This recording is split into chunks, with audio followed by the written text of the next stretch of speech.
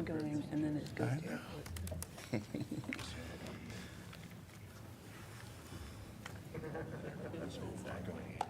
Oh, I You'll mean, have some there. oh, I'm not up till way back here.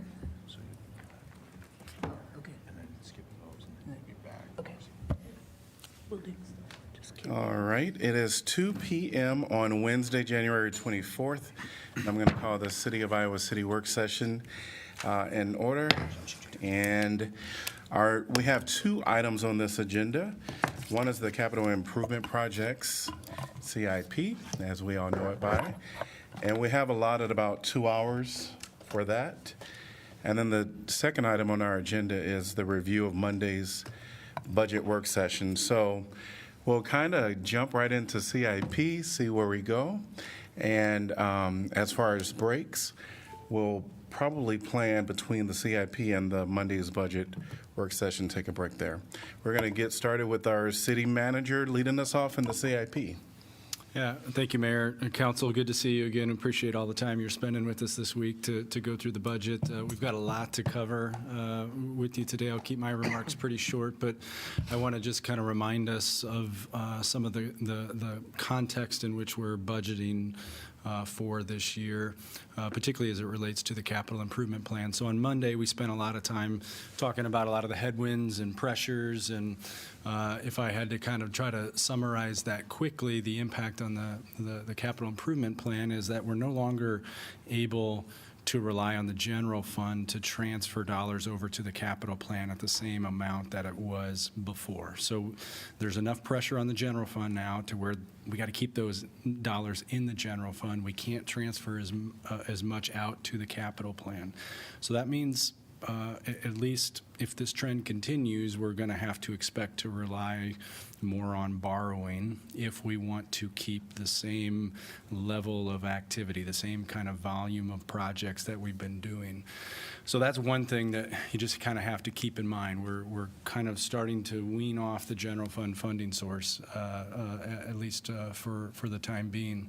The second piece when it comes to the capital projects, we've had to adjust to the rapid inflation, and you've seen that come through in a lot of the bids. 20-30% over our estimate is not uncommon, or has not been uncommon the last few years. So while we're taking away the general fund and increasing the borrowing a little bit, we actually have to increase the borrowing even more just to kind of get over the hump with some of those inflationary pressures. So as a reminder, our proposal is to increase your debt service levy a little bit. The overall property tax rate stays flat due to reductions in other levies, but we are looking to maintain it.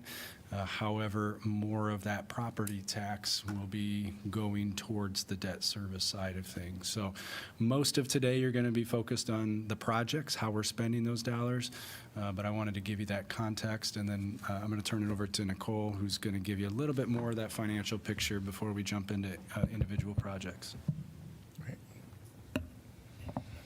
And welcome, Nicole. Hello. So first we'll just kind of go through how the plan gets developed, and then like Jeff said, we'll talk a little bit of the financial highlights quickly before they dive into all of the many projects that they're all in charge of.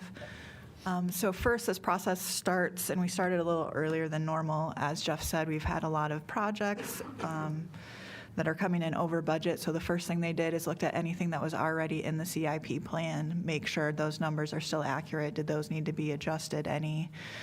They submit those forms back to us. We update our software. Then after that happened in September, then they did for any new requests for projects. So they put all of those in, send them back to us.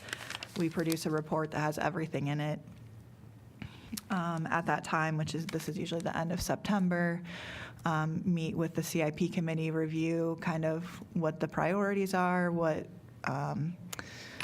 where we need to focus on, what things can be pushed back, what things can be moved forward, kind of see what leeway we have. We'll make some cuts to the first round, move some things around, send the report back out. go through it again, and then same thing, there's usually some final tweaks. And again, we're doing a lot of this without knowing what our property taxes are going to look like.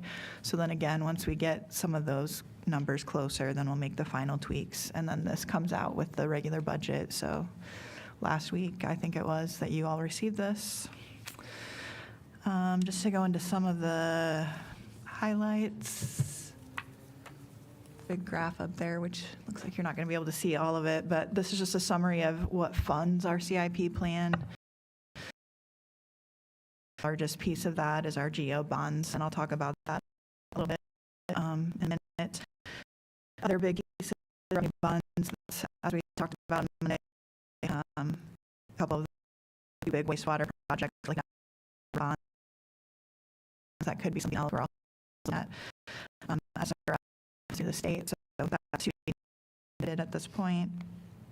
You can see another big piece is the federal grants. That's several airport grants. That's the large compost improvement grant that we just received for the landfill, and then also a large portion of that is the transit facility grant. Another big piece that's in this 5-year plan is the facility reserve. Right now, you can see that's about $22.5 million. As we told you on Monday, there's not enough there to cover that. It currently sits at about 17. So as it is right now, that's $5.5 million short of what we already have planned. Kind of circling back to the GO bonds, I kind of went over this last year too. Right now, as Jeff said, we're increasing the debt service levy for what we're losing in the general fund. We really probably anticipate that that will be where we'll move most of that levy if we keep it flat. So if we were to move the 40 cents, we moved 6 to the tort levy or 7. So if we move the other 40 cents that we have to decrease to the debt service, then we could support an average issue of about $14.5 million. Right now, what we have in the plan is about $14.9 million. So again, we're short there. If we don't move that 40 cents into the debt service levy, it can only support a bond issues of about $12 million. So pretty significantly short of what we would need if we don't kind of up that levy. The other thing is those assumptions are built in with a 3% average growth. We did get over that this year. We haven't the last 2 years. So that has to happen, and also for the interest rates to stay below 5. I think it'll be interesting to see if we do this year, but we do kind of expect interest rates to start going down again, so hopefully that will help in that regard. Nicole, can I just interrupt? What would we need to increase the debt service levy to fund that 14.9? Good question. Do we have capacity to do it? Maybe is an easier question. Yeah, we can, right? We would have the capacity to up it to that 14.9 and increase that debt service levy. Thank you. Definitely have the capacity. I can get you what that sense is, but It was more a question of could we? yes, we definitely could. And that's one policy decision that you'll have to think about over the next few years. If there's a goal to keep our overall rate stable, then we're really just transferring the forced levy reduction that the state is giving us up to debt service, and we end up hopefully about that 14.5, as Nicole said. If there's a desire to push that tax rate up, which would be a change from the direction that we've been moving in the past decade, there's plenty of capacity to move that up, well north of 14 certainly, Yeah. or 15. Then moving into the next graph, just kind of shows the projects by division. Again, heavily dominated by streets, and we've definitely got some large ones in this plan. The Dodge Street, the Burlington Street Bridge replacement will be a big one, also Taft, and then just our annual rehab is a large portion of this 5-year plan. Again, wastewater has a good chunk with their 2 large projects that are currently in design. And then too with the transit facility and then equipment building, which will be a joint building. Those are 2 big pieces. And then also in recreation, the city park pool is almost all of that recreation dollar amount. So with that, I'll turn it over to them to walk through the details. So we can move into the plan of projects here that we have laid out in front of us for the next 5 years. Just a little bit about kind of the overall process here. We'll start off with ongoing projects. So those are the ones that don't show up in the current or the proposed plan, but are currently either under construction or still kind of in the works. So, and then we'll move on to annual projects, and those are the ones that have money every year. Typically, those are for ones that address issues that come up that we really are difficult to plan for, but you need money there to complete those things.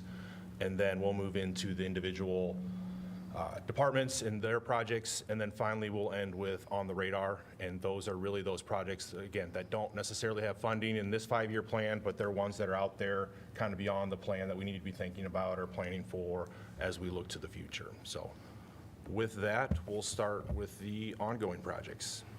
Hi, Julie Seidel Johnson, Parks and Recreation Director, and I'll start with some of the ongoing ones. First of all, we have the Senior Center facility exterior renovations, and those started this week. We're really excited to see that. Building envelope, windows, some on the roof, just getting that building tight and secure. The next one is the Sturgis Ferry Boat Drop. This is part Parks and Recreation, but part recycling. We'll be upgrading the park amenities there with a shelter, but then also adding a recycling area for the public to use as well. We had the Mercer Ball Diamond improvements. This was started somewhat last year, and it was combined with the pickleball tennis courts at the time. Pickleball tennis is underway, and we've actually replaced the lighting on Field 1 at the Ball Diamonds. But we've been working with the school district as they have a kind of a changed interest in that complex of probably adding varsity softball to it. So we're kind of reworking the design, and they'll be picking up more of the costs of that to renovate the diamonds a little bit differently than what we had planned. That's why there's a little bit of a delay in that project. The next one is the tennis court renovations. We currently have no tennis courts or pickleball courts. They were all demolished before the snow came, and they'll be back first thing in the spring to rebuild those. We'll move on to the Riverside Drive pedestrian path. So this is along the west side of Riverside Drive between Myrtle and Benton. There, we installed a walkway there with a barrier between the walkway and the traveling or vehicles. That walkway is currently in and usable. We do still have some lighting that needs to occur, so that'll happen this spring once those light poles and the equipment come in. Next one is Rochester Avenue reconstruction. So overall, the project was to reconstruct Rochester Avenue from essentially Ralston Creek to First Avenue. We are complete up to just short of the First Avenue intersection, so this next construction season will include reconstruction of the First Avenue and Rochester intersection. Because we are trying to maintain traffic on First Avenue, we're going to construct it half at a time, so that will include closures of Rochester for whatever half we're constructing. We do expect that that'll take most of this construction season. Sorry, very quickly, is that March to November? I would say we'll probably start, depending on weather, as early as March. Usually we kind of say April 1st is sort of the unofficial start. But that would say then complete by late summer, fall. Kitty Lee Road functional design. So Kitty Lee Road is west of Highway 218, just north of Highway 1. It's currently a county road. This is a project that we're looking at with the anticipated development that would occur kind of west of Highway 218 between Raritt Road and Highway 1 in an area we call the Carson Farm area. As we look at potential development in that area, one of the issues that's out there is while we anticipate development occurring kind of from the north, so really more along Raritt Road to start, eventually that will work south and we'll need a connection to Highway 1. There's the potential that would be done by developers and a new connection created. There's also the potential that we would need to create a connection before they're ready to do that. So we're looking at what it would take for Kitty Lee to be that connection. At this point, it's just a functional design, so we're just looking at kind of the concept and very preliminary design to get that in place. There's currently no construction dollars or final design dollars in the CIP. Muscatine Avenue pedestrian crossing. So for those that have been around for a little bit, this one's been in here for a couple of years. We continue to work to move it forward. This will be for a pedestrian crossing of Muscatine Avenue, basically just in front of the First Avenue Hy-Vee. It will also include some transit and bus stop improvements as well. The biggest, or I guess maybe the most interesting piece of this project is that we are utilizing a previous research project to look at using conductive concrete. Essentially what that would do is to use an electric current to more or less melt snow or keep snow from building up in those areas. One of the challenges that goes along with that is there's not the normal permitting process and process that you work through to get that approved. So we're working through that process now to figure out what those approvals need to look like, what those requirements need to look like, and we hope to have that ready for construction this season. Rare South Sewer, so this is another one kind of associated with the Carson Farm area. This was to upsize and extend sanitary sewer along Abbey Lane and across or under Highway 218 to the west side to allow for future development in that area. This project, the sewer is essentially complete. We have some restoration work that needs to occur this spring, but it would be usable at this point. That is it for the ongoing section. We'll move on to annual projects. The first one here is fiber infill and cameras. So this is an account that we use for installing fiber optic cable to kind of continue to build out the city's fiber network.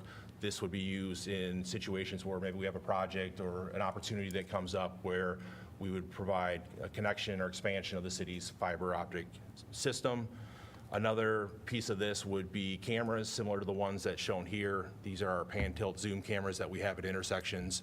A lot of times these are used to help identify either traffic issues or what might be going on at intersections. We can use them. Again, being pan tilt zoom, we're able to move those to see kind of what's going on at the intersection and the various legs. Is this the one that's just now being installed? So we've started installing them at some of the intersections. They are, I think we're pretty well through there. So I don't know if they're at all of them, but they're at most at this point. And they are not a speed camera? They are not a speed camera, no. Okay. Clarify also that these are not the automatic license plate cameras either. Right. Next one is annual stormwater improvements. So similar to what the picture shows here, a lot of times this is used to address sinkholes that we observe. So those more immediate needs for the stormwater system repairs, a lot of times either storm sewer, intakes, manholes, that kind of stuff where immediate problems develop and we can get those taken care of right away. Okay, the next one is City Hall other projects. This is an annual fund of $50,000, largely planned over the next few years to help with our heating and cooling systems and automation control systems. You'll hear more about that when you tour the building at your February work session. The next one is our parks annual improvement. Can we talk more about like how that interacts with the current ongoing study of the facility and what kinds of investments are being made that? Sure. The amounts being spent right now are almost all emergency repairs when one of many of the smaller units go down. I'd like to say that we're getting ahead of the game. We're not yet.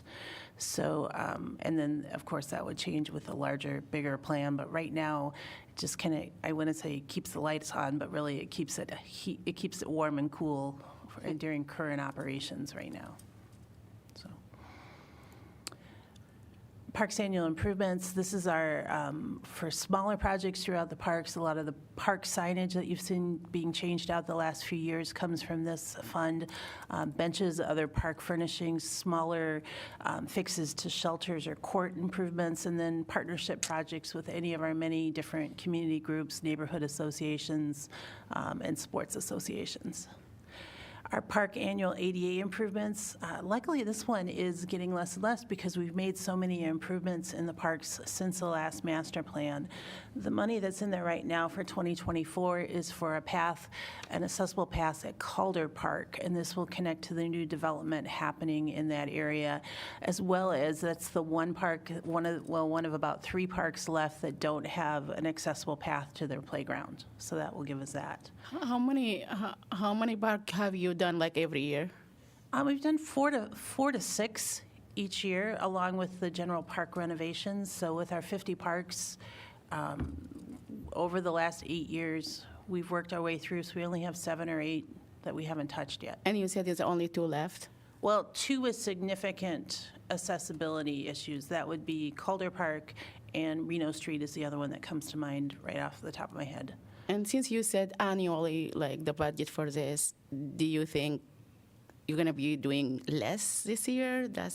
We're going to have less, like, money left, or? No, I'm saying it used to be 1 every year, so you would have seen all one of 5 every years having money in that. So this year, it's only 1 year, and that's for this last I see. significant project. Okay. Yeah, Just try to figure out some money. I know. Our intercity bike trails and bridges, this is $150,000 a year. Sounds like a lot, it's really not with our trails. Most of them went in the late 80s and 90s, and they are quickly coming into the time when we're going to need to be replacing them. The first action on these is a lot of the bridges, especially on the western portion of the town and the trails out there. So we've done one near West High recently. There's one down by the Iowa River that needs some work. So a lot of trail bridge work, mostly from this particular fund. Our annual rec center improvement is, once again, the smaller projects similar to City Hall, the things that come up that just need to be done to keep the facility operating. Also includes like ceiling tile and replacement at Robert A. Lee, some other kind of smaller size projects at both Mercer and Robert A. Lee. Contracted tree planting is next, and this is when we've been going out into the neighborhoods and doing infill with the street trees. We've been making our way around the community, and that's been very successful and a lot of people have been excited about it when we get to their particular neighborhoods. Julie, does that include just the planting, or the planting and then all the watering? Because I know the watering is significant, especially in the last Yes. few summers. Thank you for asking that. This is just the contract to have them planted and their first year of warranty, which was significant. Scott Boulevard, we ended up replacing almost all of those that went in a couple years ago. But then we take over with watering once it's installed. You mean, when you say warranty, it means if, like, one of them is died, they're going to replace it during that time, or what the warranty cover? So the 1 year is if the tree doesn't grow and stay alive during that first year. Yeah, I'd have to, okay. Okay, does that make sense? And they are the one who water it during that The 1 year? contractor, when we contract that tree planting. Yes, okay. Annual traffic signal project, so this is an account that would pay for either installation of new signals, replacement of old signals, or it could be signal poles that are damaged, or equipment that has just reached the end of its useful life, upgrading that equipment. We have some equipment where it's just to the point where it's not supported anymore, and so we need to replace those as needed. So this account would pay for that type of stuff. Can I ask a question about that? Maybe this goes to MPO, but I was wondering about, like, as you look at sort of the aging out or the needs for new ones or what have you, taking into account, over the past 10 years or what have you, the population increase, number of cars, are there traffic studies done to see about patterns of throughways and timing of signals and things like that? Are those done on a fairly regular basis? Is that part of money that goes toward, does some of this money go towards those efforts, or is this a separate thing? Be separate, but they Okay. do have, I don't know the schedule offhand, but I know they go through and regularly look at signal timings and that kind of thing for certain corridors. A lot of times looking at the whole corridor to make sure that they work together. But that would be separate from this. This would be more The on actual maintenance construction of- or repair work. Okay, and if I did have further questions about those patterns and studies, would that be MPO? Yes, Yeah. that process goes through them. Okay, thank you. And is that really that's cost the city 1.5 almost million every year, or sometime you don't replace them?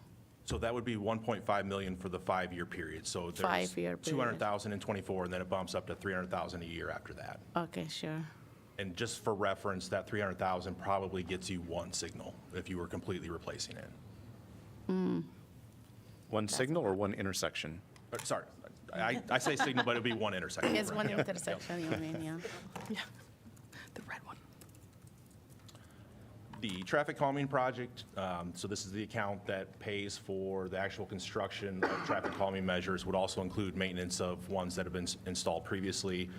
So you may be aware there's a process that goes through, a neighborhood-based process to go through and request traffic calming and work through with their support for that and surveys and all of that.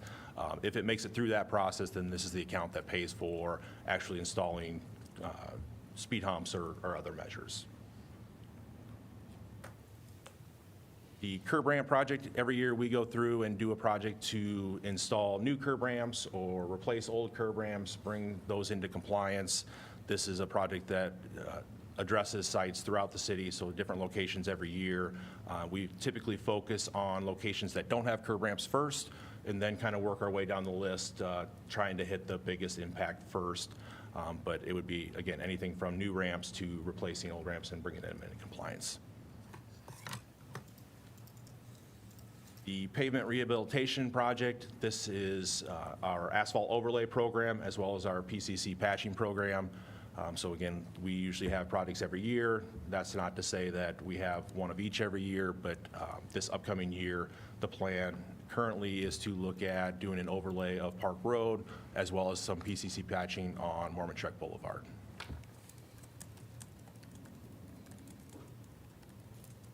The underground electrical facilities project, this is one that we typically use in conjunction with other projects. This is the money that we use to basically work with utilities to go from overhead utilities to underground facilities.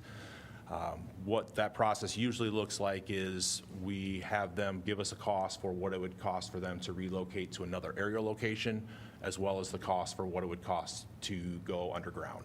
And we are typically responsible for the change or the delta in those amounts to just the additional cost for them to go underground. Who manages coordination with telecommunications? We have multiple fiber optics that are now attached to power lines through town. How does that happen, and how does it get efficient and better? We would be very interested in the answer to that as well. Okay. It's usually kind of a joint effort. You know, we try and coordinate as best we can. It's city staff, it's the consultants we use on our projects. It's utility staff as well. To be perfectly honest, it's a challenge at times. But do you need anything from city council to make that a more effective process? I don't know the answer to that right now. I don't know if there's something that could be done.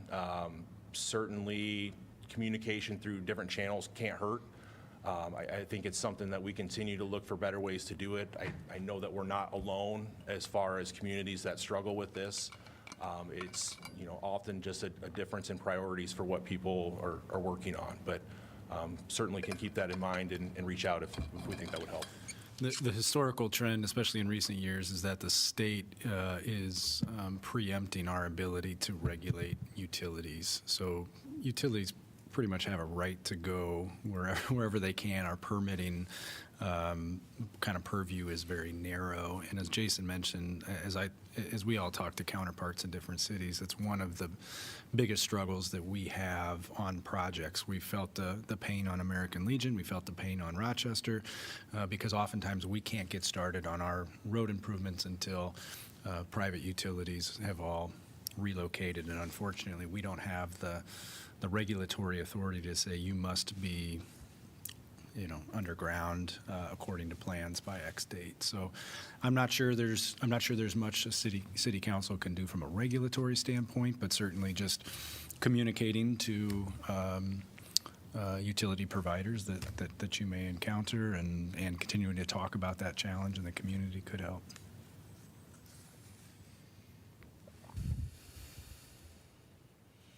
The Bicycle Master Plan Implementation Project. So this is, as you're probably aware, we had done a Bicycle Master Plan a few years ago, and this is the account that we use to implement those recommendations. At this point, a lot of it has to do with pavement markings, so it's either striping bicycle lanes on street, or 4-lane to 3-lane conversion is another one that we've done in a number of locations.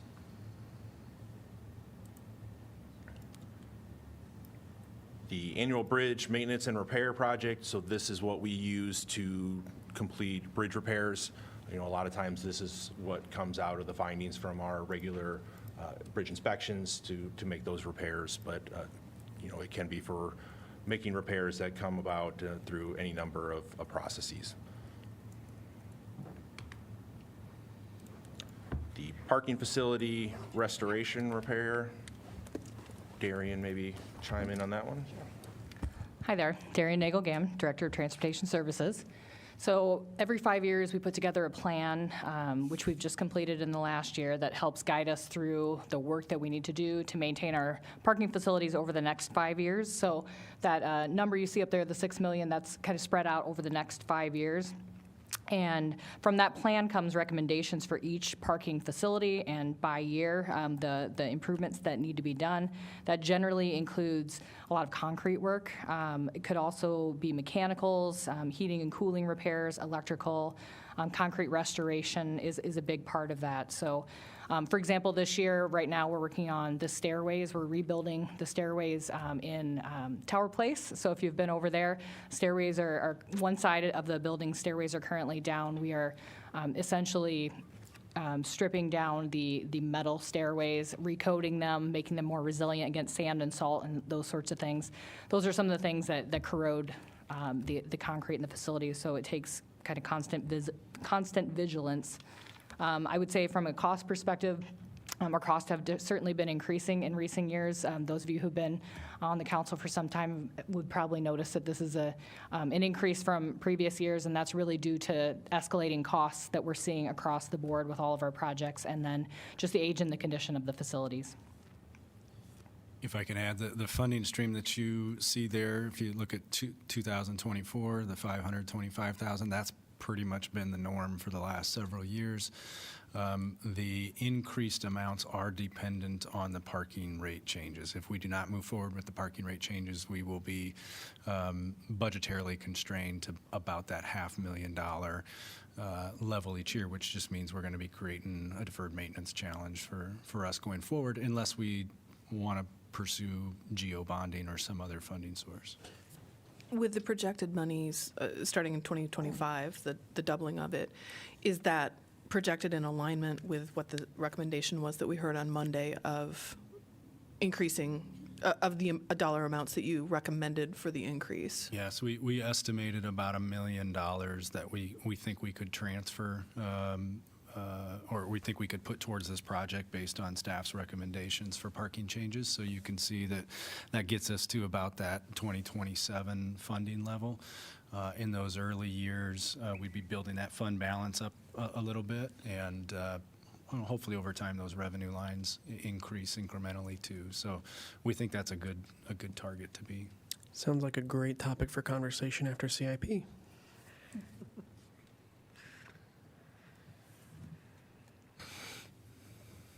All right, the next item is the transit interchange and bus stop improvements, and we've been setting money aside.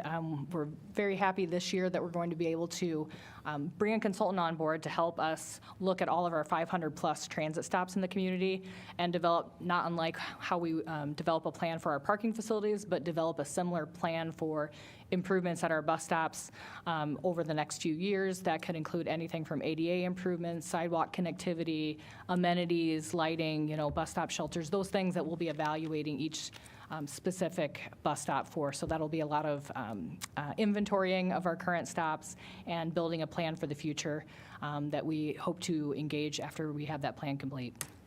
A quick question on the bus stop improvements. Do we have any data on how those improvements may impact ridership?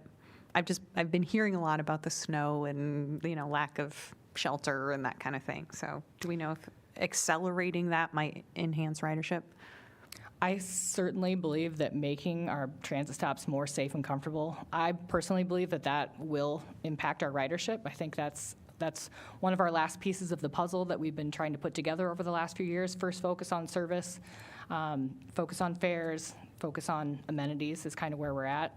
So I think there will be an impact. I don't know if I have any statistics I can cite right now, but it's certainly, when you look at really successful systems, they also have a very successful infrastructure to help support those systems. And I will say, in the transit study process, we did have the dubious honor from our consultant of indicating that they haven't seen a transit interchange in a community of this size population-wise that doesn't have outdoor shelter. So we sort of rely on the mall space downtown for shelter, but that's something that we need to look at, is how can we make that that downtown interchange space, along with all of our bus stops, more safe and comfortable for the public. So I think there's definitely an impact to be made in the future. So, go ahead. Related to the downtown interchange, is there any indication that our university partners, Corrival partners, are at all interested in investing in an interchange that has shelter and functions maybe even better? Yeah, I mean, I think that would be a welcome conversation. We all use the downtown area as an interchange. CAN-bus on Washington Street and Clinton Street, Corrieville staying mostly on Clinton Street, but everybody drives through the interchange area, so I think there would definitely be some benefits to reaching out, and that's something that we would look to do when we start to look kind of hard at what improvements we can make at that interchange area.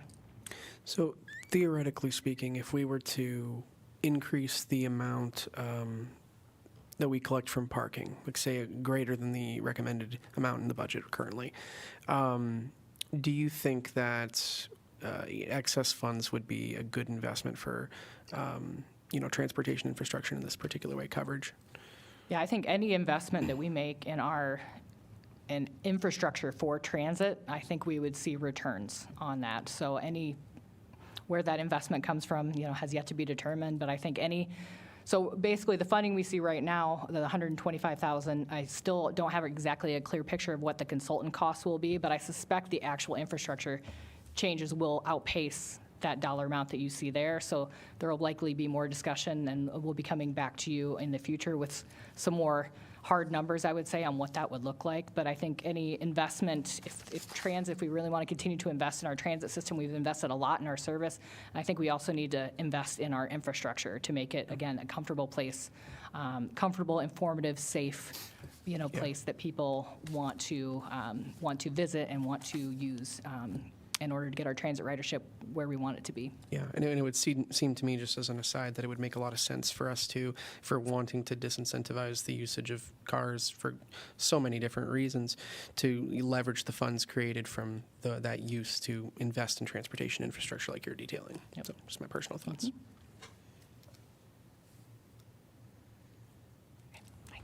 And the final project in this section is the annual sewer main replacement. So this is a fund that we use to make smaller repairs on the sanitary sewer system. Also is in this account is what we use for sewer lining and manhole lining for, again, sanitary sewer maintenance projects. And this one, what is going to happen in the 27 and 28? That's why it's not like 500, 750 here. I don't know if there's anything specific. It's just the overall inflation of the cost of doing business. So as we continue down the road, the prices of equipment and parts and pieces continue to rise. So it's the ability to either maintain, maybe potentially do a little bit more in repair, but it's really just the inflation factor. Okay. All right, with that, we'll move on to the individual department projects, starting off with airport. Good afternoon, Mike Tharp, I'm the airport manager. With the airport projects, it's important to keep in mind that our projects are heavily dependent on either FAA federal funding or state funding. When the FAA participates in a project, they provide 90% of the project cost. When the state participates in a project, they provide anywhere from 70 to 85% of the project cost. Without those funds, our projects typically don't move forward. The first one off the bat is our Runway 7 environmental assessment. This is the environmental phase of adding about 150 feet of additional concrete to the Runway 7 end. The objective to that is so that we have both ends of our 725 runway to have over 5,000 feet of landing distance. 5,000 feet is one of those magic numbers that charter operators like to have, especially their insurance carriers, to operate at an airfield. And all of these projects are coming from predominantly our master plan, which is a 20-year plan that is also blessed by the FAA. So there's an operating plan that we're kind of running off of. The next project, the Runway 1230 threshold displacement relocation. That is the final project of our long-running obstruction mitigation and reconfiguration work that we've been doing at the airport.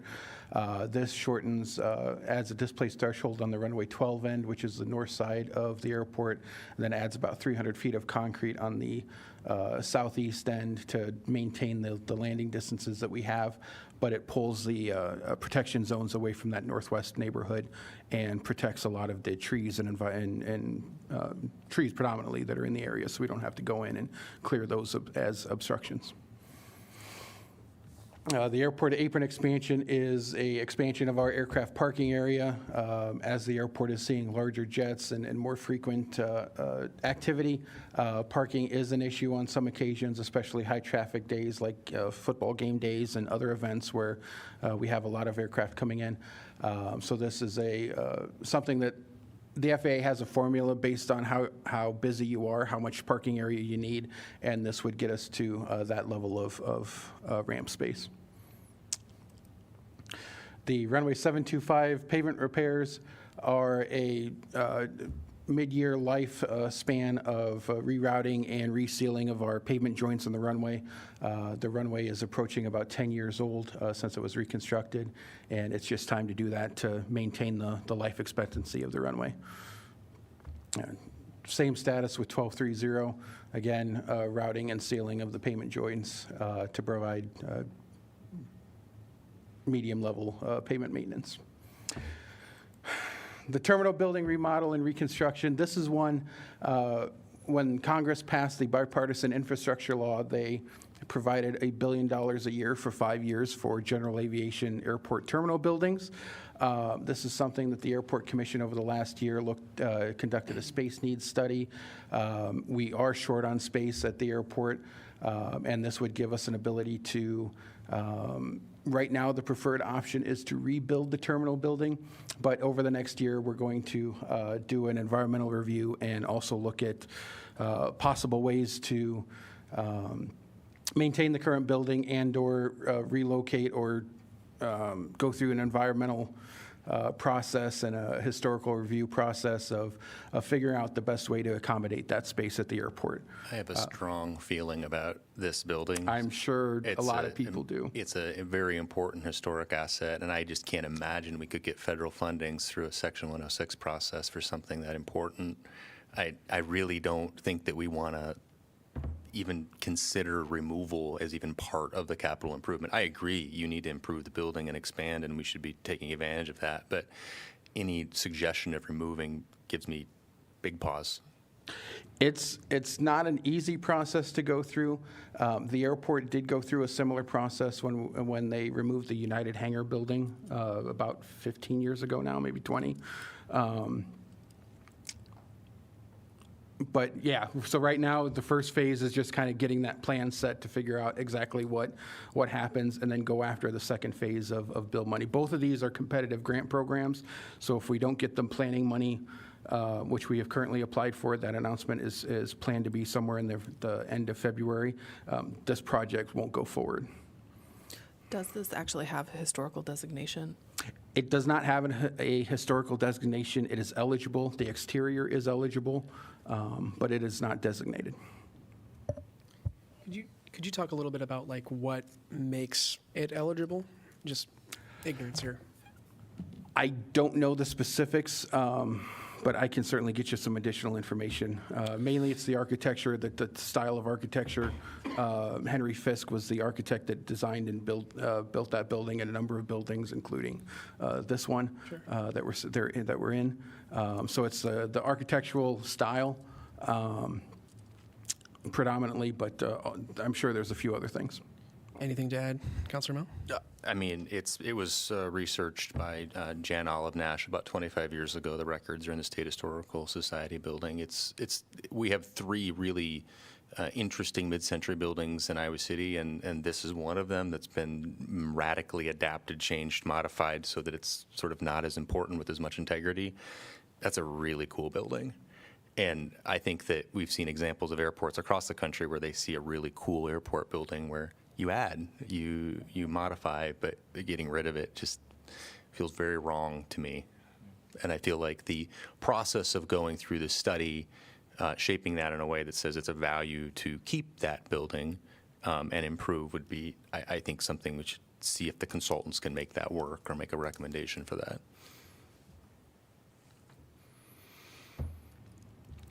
I think the solar power project is our last project. This is one that is split into two phases, again, coming from the bipartisan infrastructure law funding. Phase one will provide a solar power array to cover our airfield lighting and our terminal building and the care ambulance building where the ambulance company resides. And then phase two, a couple of years down the road, will cover the buildings that Jet Air operates as a maintenance facility and the operator performance lab.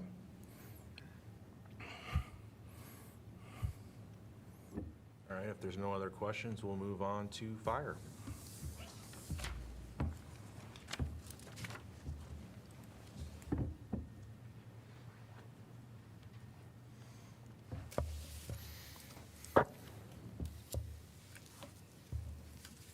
Good afternoon, Mayor, Council. Nice to see you guys again.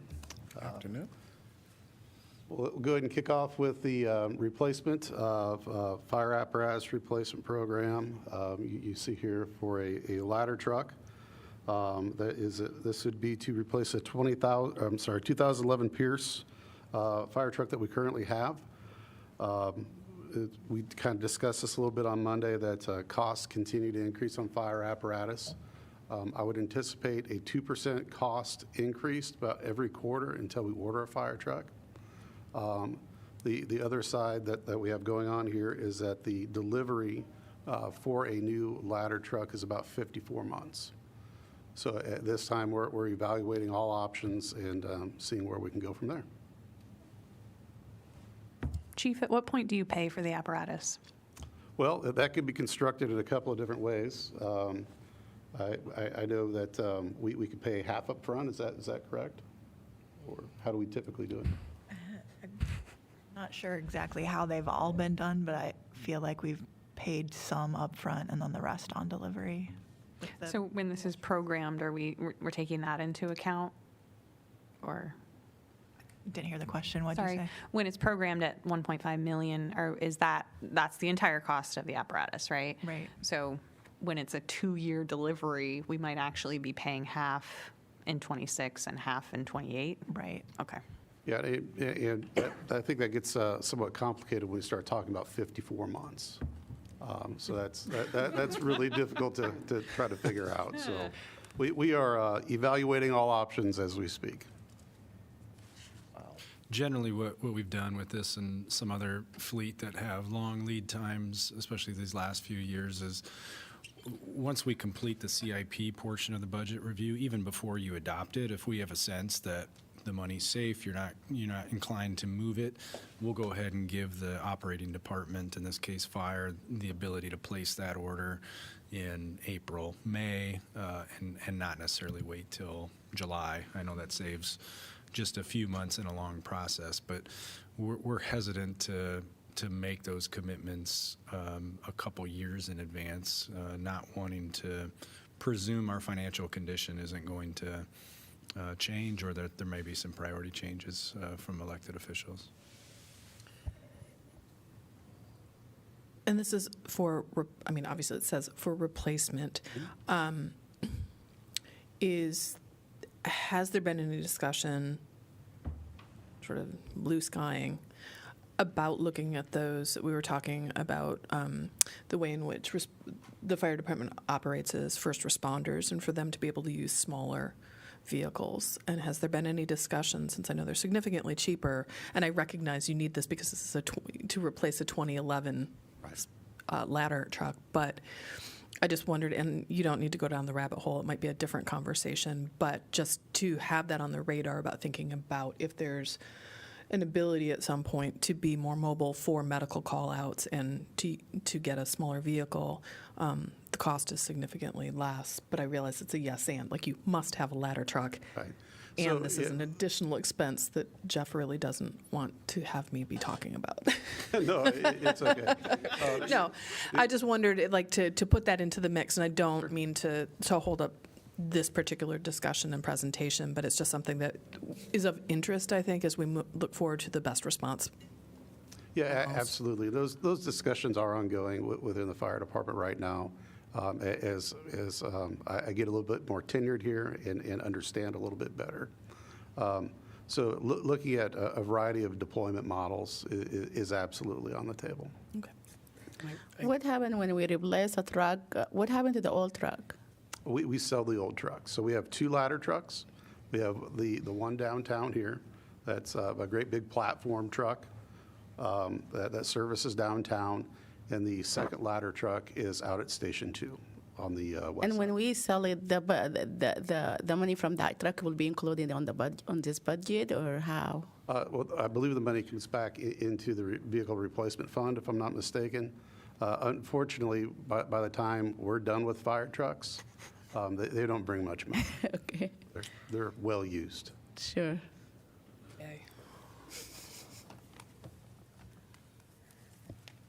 The next project is ongoing. This is the apparatus bay floor replacement here at Station 1.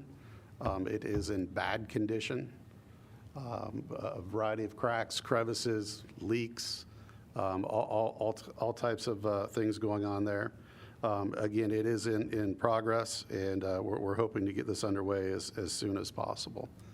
It will be a complicated repair or replacement, as we will have to do it in phases to keep one fire truck downtown and then relocate a truck, and vice versa as this program or this replacement gets done.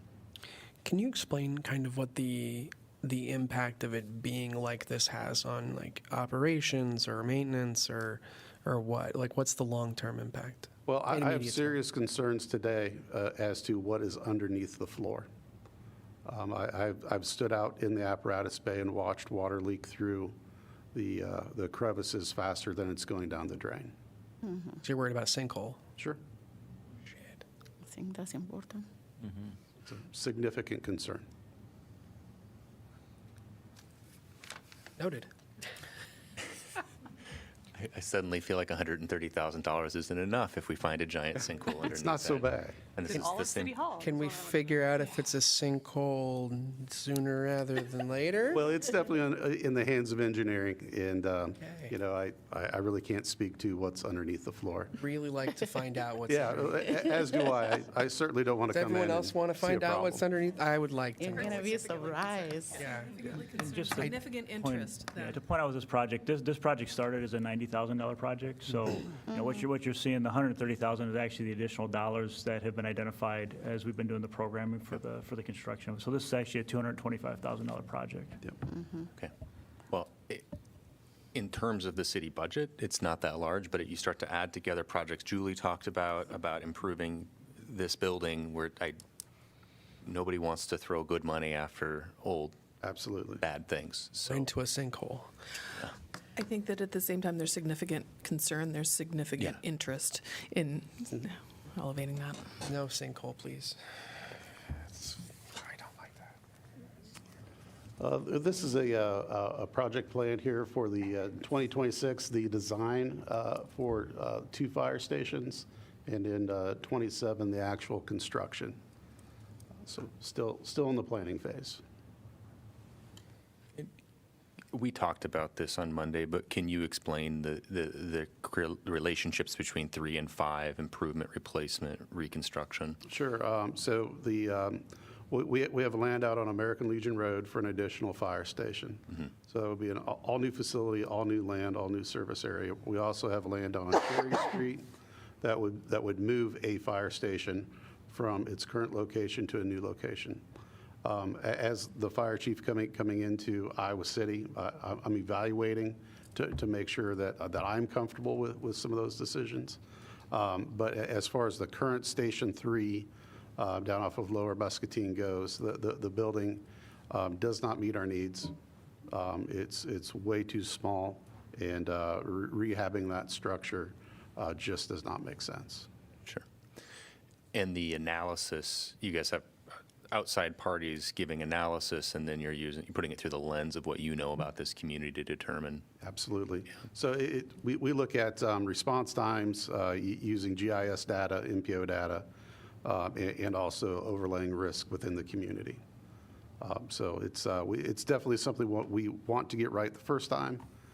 We get one good shot at this. American Legion Road, that will be a huge addition to the fire department. And then whatever we do with Station 3 will also be a huge, huge benefit to the organization.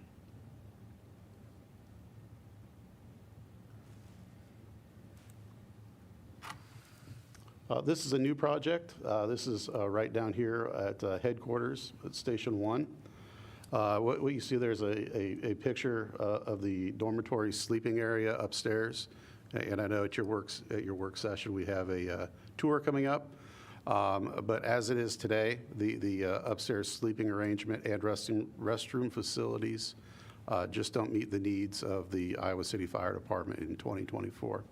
So that is the budget ask. A little bit of that is for some station alerting upgrades to alert us to calls. A little bit better within the building, but the lion's share of that is providing privacy, is providing sleeping conditions that are appropriate for our fire department. Again, I know you've done this prioritization, but help walk us through the prioritization of the big challenges of 1. You don't have pull-through opportunities. There's potentially a sinkhole. The living quarters are bad, and 3 and 5. You still think 3 and 5 are more immediate needs than 1 replacement? Well, I'm not. This is not a replacement. This is a Sure, you're renovating sleeping spaces, fixing cracks versus replacement of other ones. This one is the idea is that this one just continually gets renovated. Right now we have the study going on, and I think we're waiting to see what the results of that are. What I can speak to is that the upstairs sleeping condition for our firefighters is certainly not optimal. Right. And for me is a top priority. I mean, we have at least one other firefighter in the room.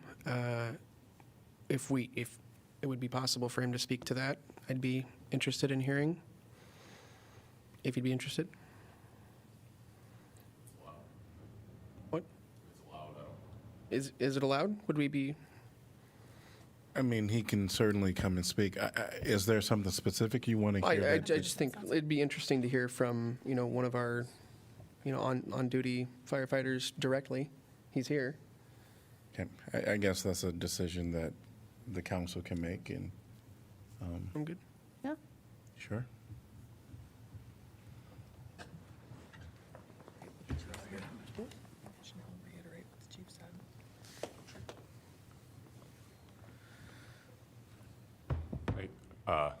For the record, Brandon Flanzer, live here in Iowa City, also a firefighter assigned to Station 3. So I am here to answer any questions you may have. What's the general feeling about these facilities? Sleeping. They need to be upgraded. I mean, that's the reality.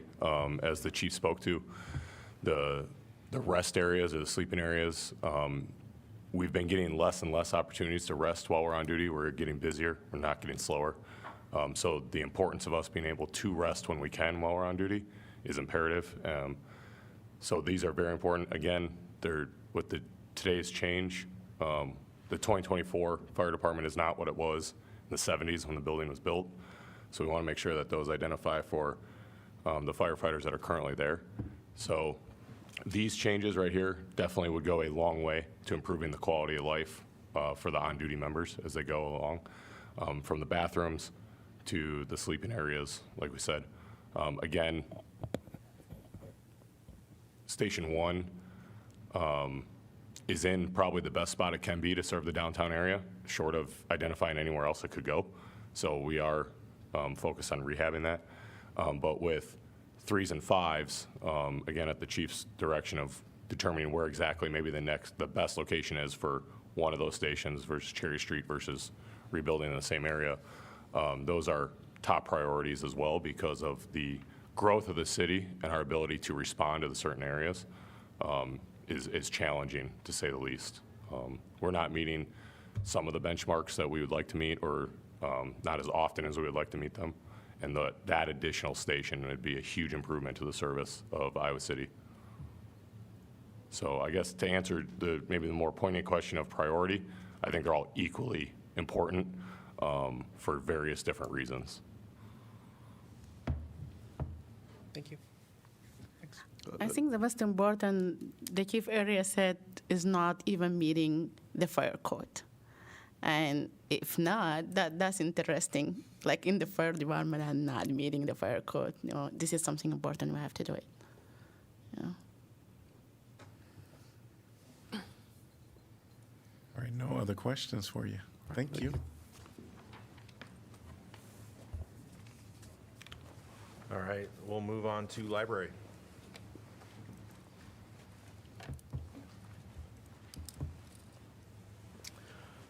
Heather Ellsworth Carmen, Library Director. Thanks for the time today. So we have two up today.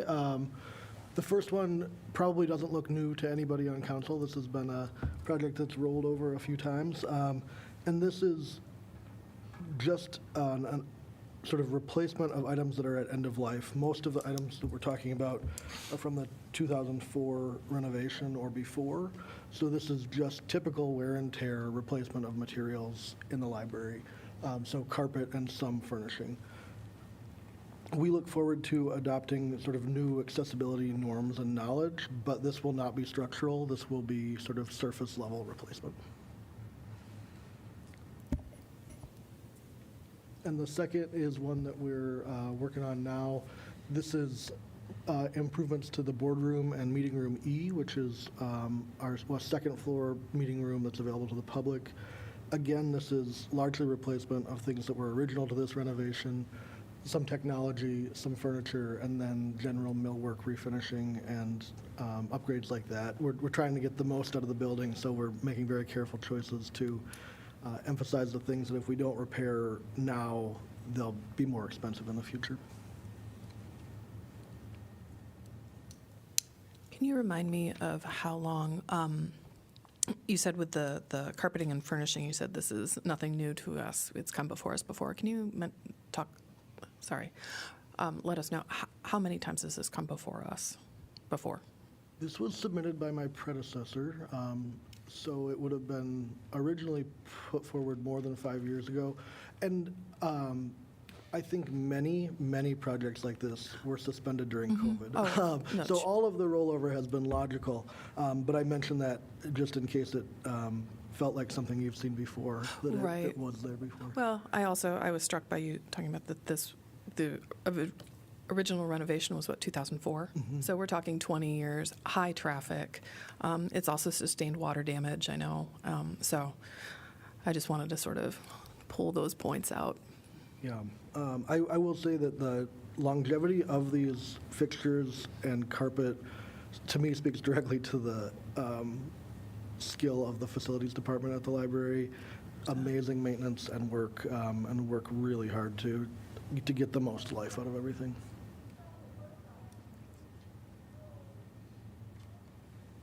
All right, thank you.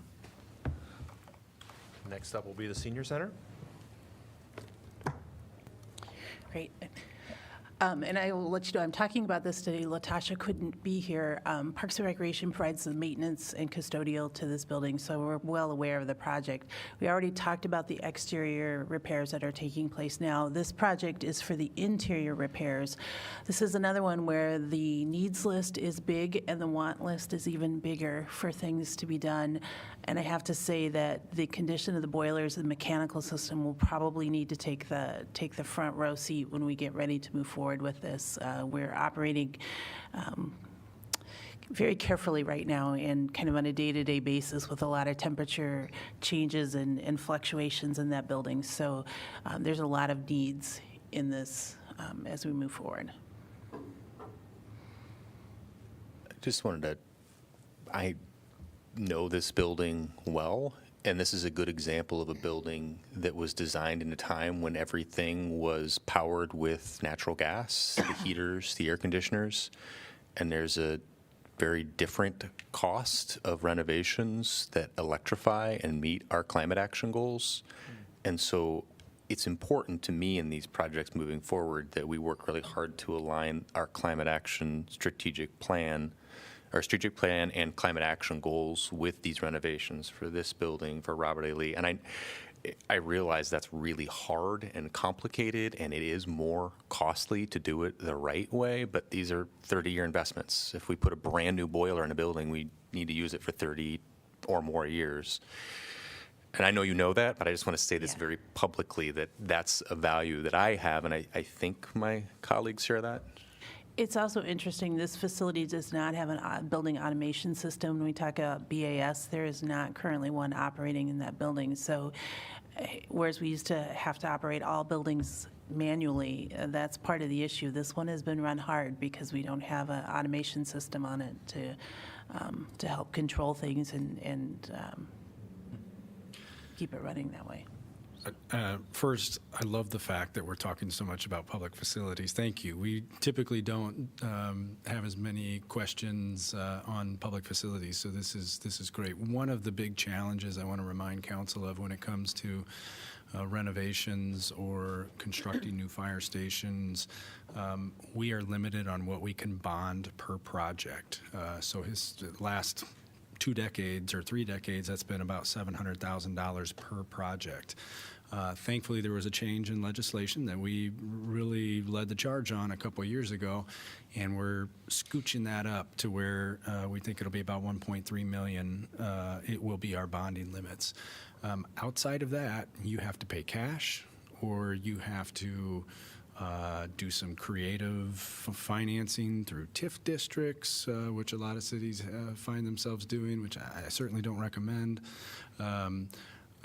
Otherwise, you have to bond, and so I think that's one of those policy decisions that you all can think about as you move forward.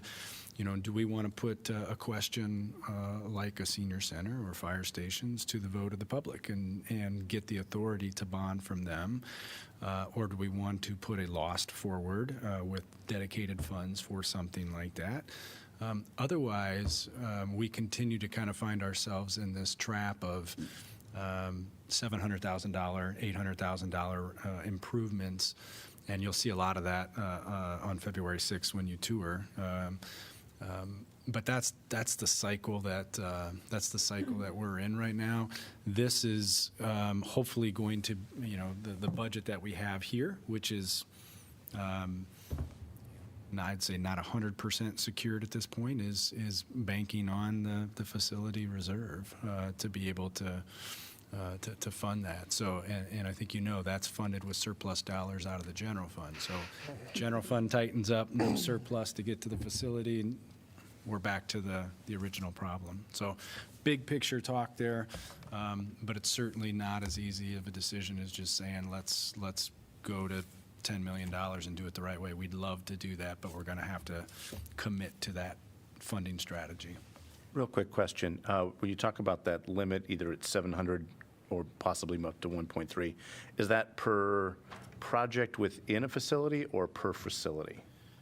No, it's per project. So, for example, right now with the senior center exterior, we actually have 2 different bond issues funding that, and we actually had to bid 2 separate projects. You've approved one.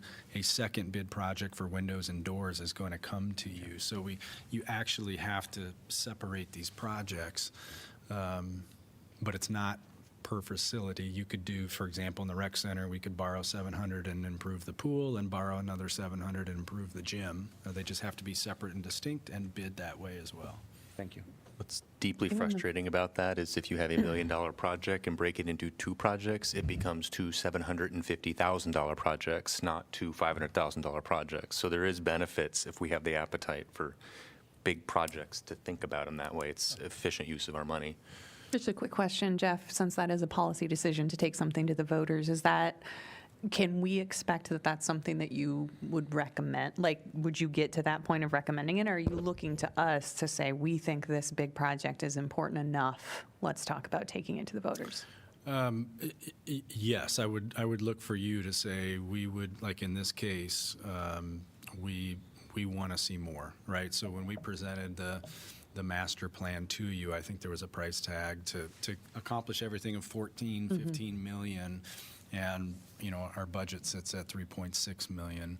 We would need some sort of direction from you to say figure out, give us some options on how to fund this. I'm not necessarily looking for you to say, let's take this to a vote. I would expect you to say, what are the various options we have? I could walk you through all of those scenarios, and ultimately you need to decide which path you see fit. But as it stands right now, we're trying to live within the existing resource means that we have.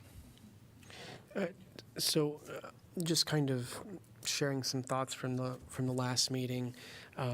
I at least walked away kind of with an understanding that, if not based on consensus, but that a majority of the council very much understands, and this could be reaffirmed here today, that we really do need to be having a serious discussion after the budgeting season is completed about Lost, about what the situation looks like, how it affects our values, how it affects the bank balances.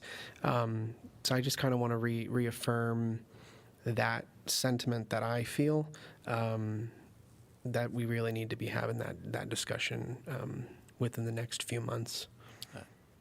I agree with you. And I actually just saw our auditor, Rod Sand, just issued a report about how how property taxes are just as regressive, if not more, than Lost. So we now know that lower income people pay more in property tax than higher income people. So it's interesting to sort of look at that in the context of, I've always been scared of Lost because it's regressive. It's been labeled as such, and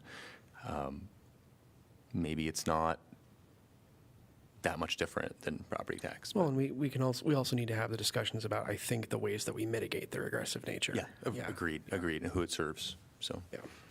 My suggestion is, I think that's part of the conversation, but as Jeff just indicated, he's like, we could direct him to say, provide us with a number of options so that we can think about this in terms of the largest scope possible, rather than saying directly, absolutely to have wade into it and talk about Lost. This council hasn't, and certainly not with the two, with the newest members, but I think it would be helpful to see it in perspective and in context with other options for large stuff, just to have that. So that's where I'm at. But the conversation, I'm not in a place to say, well, the conversation would be about whether we decide on Lost or not. It's about to understand it better. Yeah, agreed. Anything else from you, Julie? Oh, we'll move on to parks. Okay. Yep. Lots of things in parks. All right. Okay, so we start out with the climate action facility improvement. This is throughout all of our system, and different things that make our buildings more efficient. The next one is the Highway 6 side path, adding another chunk to that trail connection along Highway 6. The next one's City Park pool replacement. Okay, buckle your seatbelts. We got the first design rough drafts yesterday morning. We're actually looking at a price tag closer to 15 to 18 million rather than the 10.8 we were anticipating. And that is to provide a pool that has kind of the top three things that the community would ask for, and that would be the 50-meter lap lanes, the activity pool area, and a diving area that includes 1 meter and high dive boards, plus shade and not touching the trees and accessibility, all of those things. But it is much higher than we were anticipating for some pretty basic designs. There's not many bells and whistles in what we've seen so far. Is that inflation? Inflation. Scope? We're working to understand that a little bit more right now. And we're still at a very, we're not designing a facility yet, right? We're conceptualizing what it could be. So we're still working with some large contingency numbers that are impacting those. Hopefully we could, not see it grow even more. But, it's probably what the consultants have advised us to do. An exact kind of rebuild of exactly what we have is closer to 20 million. So even the options that we're looking at, try to take advantage of some efficiencies with some of those conceptual designs. But little early to say, what is driving those. Inflation has to be a key factor, but we're going to have some work to do to get this funded, because this is one of those projects that we set down a path to essentially pay with cash. We'll bond as much as we can. We'll take advantage of the the million or so that we can bond for something like this, but this is largely a pay-as-you-go project as planned right now. So more to come. It's not all doom and gloom, but we've got some work to do. Can you talk a little about, we have a large budget with lots of CIP values that will change year by year. If we're off by a matter of $5 million in this budget, should this proposed budget be updated to reflect that and make the hard choices now, or just let it ride? What's the right process for where we're at in this moment in time? Yeah, probably too soon to tell since we're just digesting this. I don't sense that there's any any corrections in this year's budget. What we're probably looking at is being a little bit more reliant on the facility reserve. And when I say a little bit more reliant, that probably almost would exhaust that balance. And that just has a ripple effect that we need to think through, right? Because that has an impact on senior center project. That'll have an impact on fire stations. All those facilities that are on that 3 to 5 to 10-year range will be impacted by the strategy we choose with this one. But one thing I really want to make sure, and this pool served this community well for so many decades. We have a responsibility to build something that will serve the community equally as well. So we have to find that balance of, right? We don't want to build excessive, but we don't want to build something that we immediately regret and say, boy, we should have done it bigger. We should have added this feature or that feature. That becomes so much more expensive to do in the future. We don't have all those answers right now, and we shouldn't be expected to at this stage in the process. But the last thing I want to do is give Julie direction to say, 11 million is your budget, figure it out, right? Because we're going to get something that we're not happy with and the community's not happy with. So there will be plenty more City Park pool discussions ahead of us. But from a financial standpoint, we've got some hurdles to clear. Is it possible to pay for parts of projects with cash and parts with a public bond? We went to the public to bond? Yeah, certainly. You don't have to. Correct. Okay.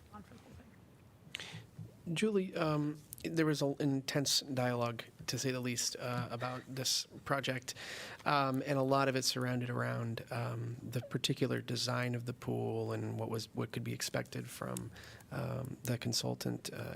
So I guess I'm just kind of curious as to, are there any designs that are close to what we have right now? Did any of them provide anything like that, or are we mostly looking about things that are different, pretty significantly different? Pretty similar. I don't think I want to go into all the details. We're at the point of narrowing it down. We're about to 5 different options, and we want to get that narrowed down to 3 options to show the community. I don't think we'll show them one that is exactly like what we had before because of the high price tag with that.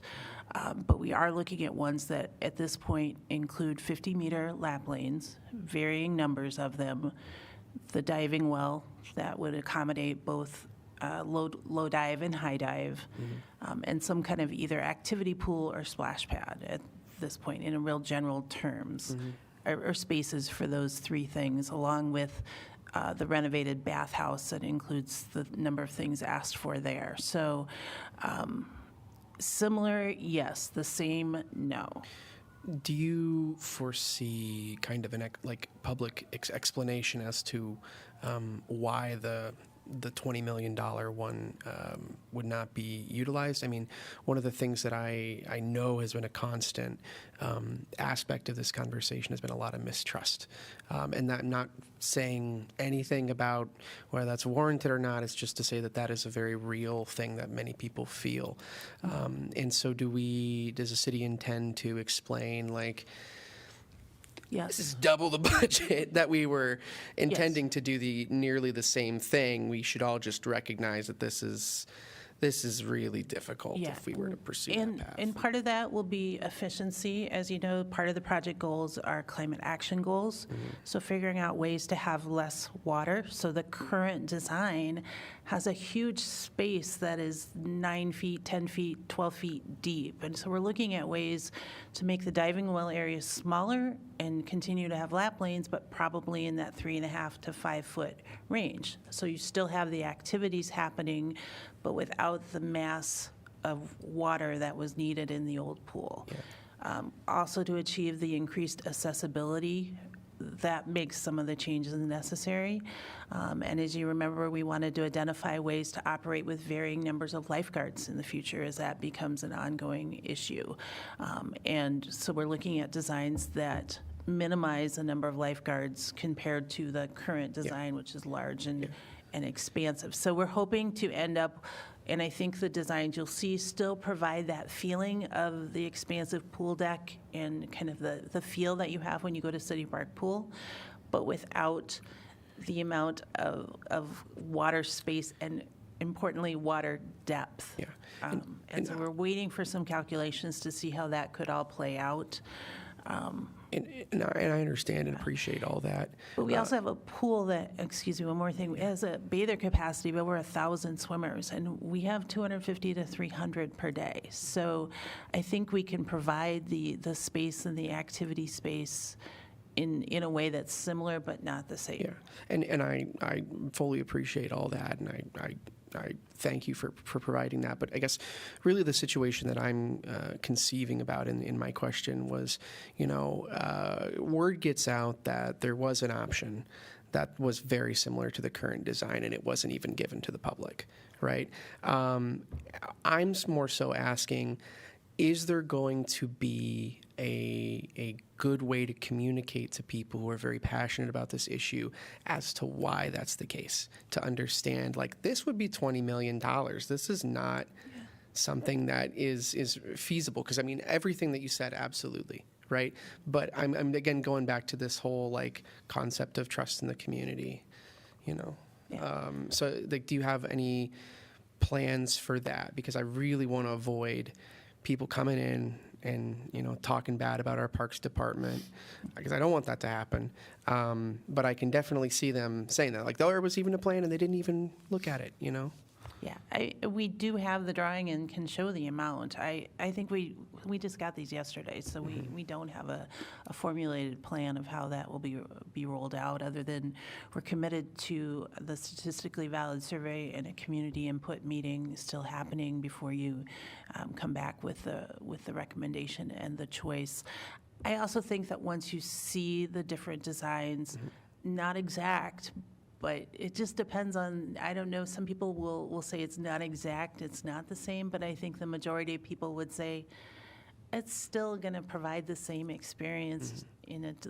It's got a little different water spaces, but we're still going to be City Park Pool. It's still going to have a place to lay out. It's still going to have places to swim laps, to dive, to do all the things they want to do. So it'll be up to our leadership as well to make sure that we're getting that message out, that we're as committed to making this a facility that the community needs for the next 50 years. Does that mean it looks exactly like it did before?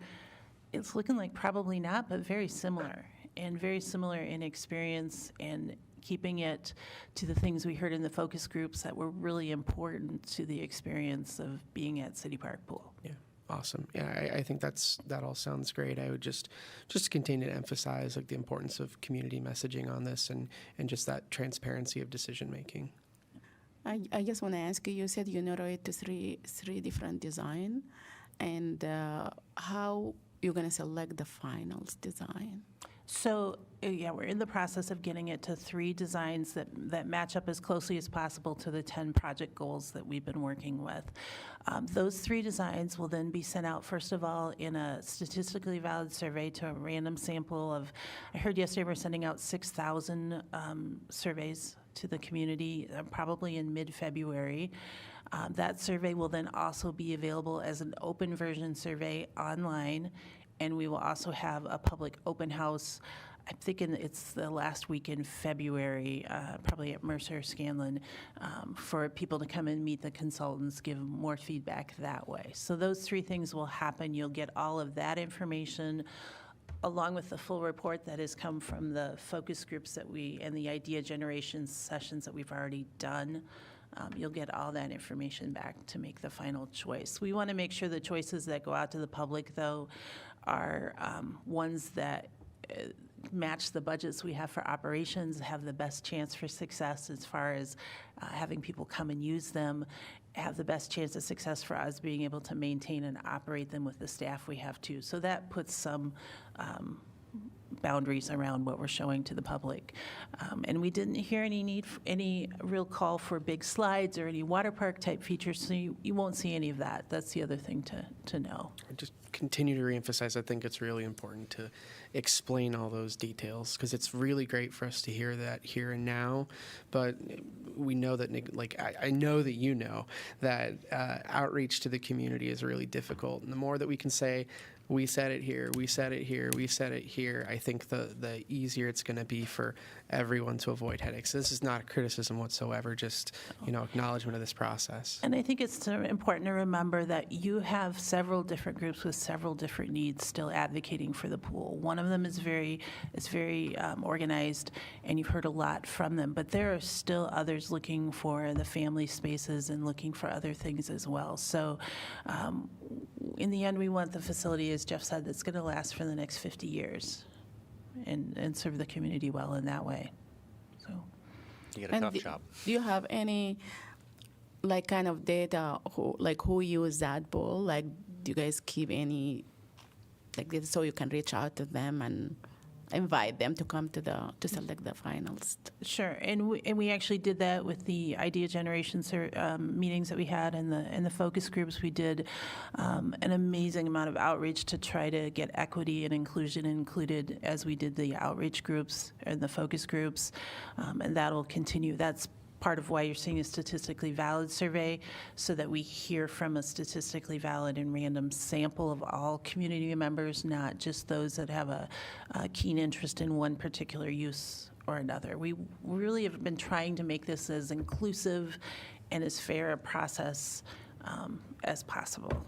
I was in one of the groups, but the only thing that I can say, it was not quite diverse. So I hope for the last time just make more outreach to the people. I know language gonna be barriers for the people who, and I know a lot of people who their parents speak another language, they come to that pool. Yeah. So just maybe another effort of including everyone in this city. Yeah, and please help us when that word goes out. Put it out through all of your networks too. Sure. The more help we can get with people saying how important it is for people to participate, the better. We appreciate that too. Thanks. All right, now the rest of the Parks and Rec projects, if you're okay with that. The next one's a small one. It's a small park development a few years out, northeast part of the city. We will be getting a land donation. You've seen this before. We've been waiting and waiting for the development to finish and have the land donated, so it's waiting until that time. The next one is some money for rec center improvements. This is one of the roofs that we need to do at Mercer and Robert A. Lee. So City Hall, Mercer, and Robert A. Lee all need roof work. Senior Center as well, which is happening. All three, in the icy cold days that we've had the last 2 days, have had staff up there trying to mitigate small leaks on all 4 of our buildings. It's kind of crazy what's being done up there, but this will help alleviate that and get moving forward with that. The next one is money for Lower City Park shelter and restroom replacements. This will consolidate some of the shelters, so we'll have fewer, and rebuild the restroom by the new playground area. This is in 2028.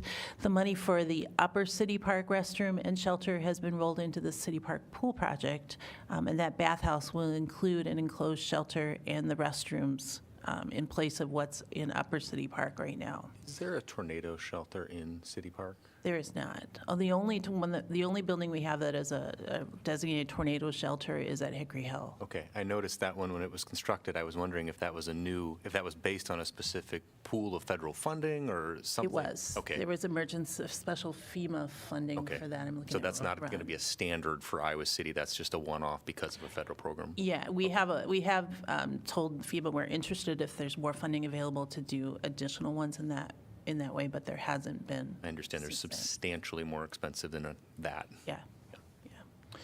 Okay, Napoleon Park softball field through 5 through 8. This one has been on here and bounced around quite a bit. It just continues with the safety and playability of those fields, continuing so we can have softball out there.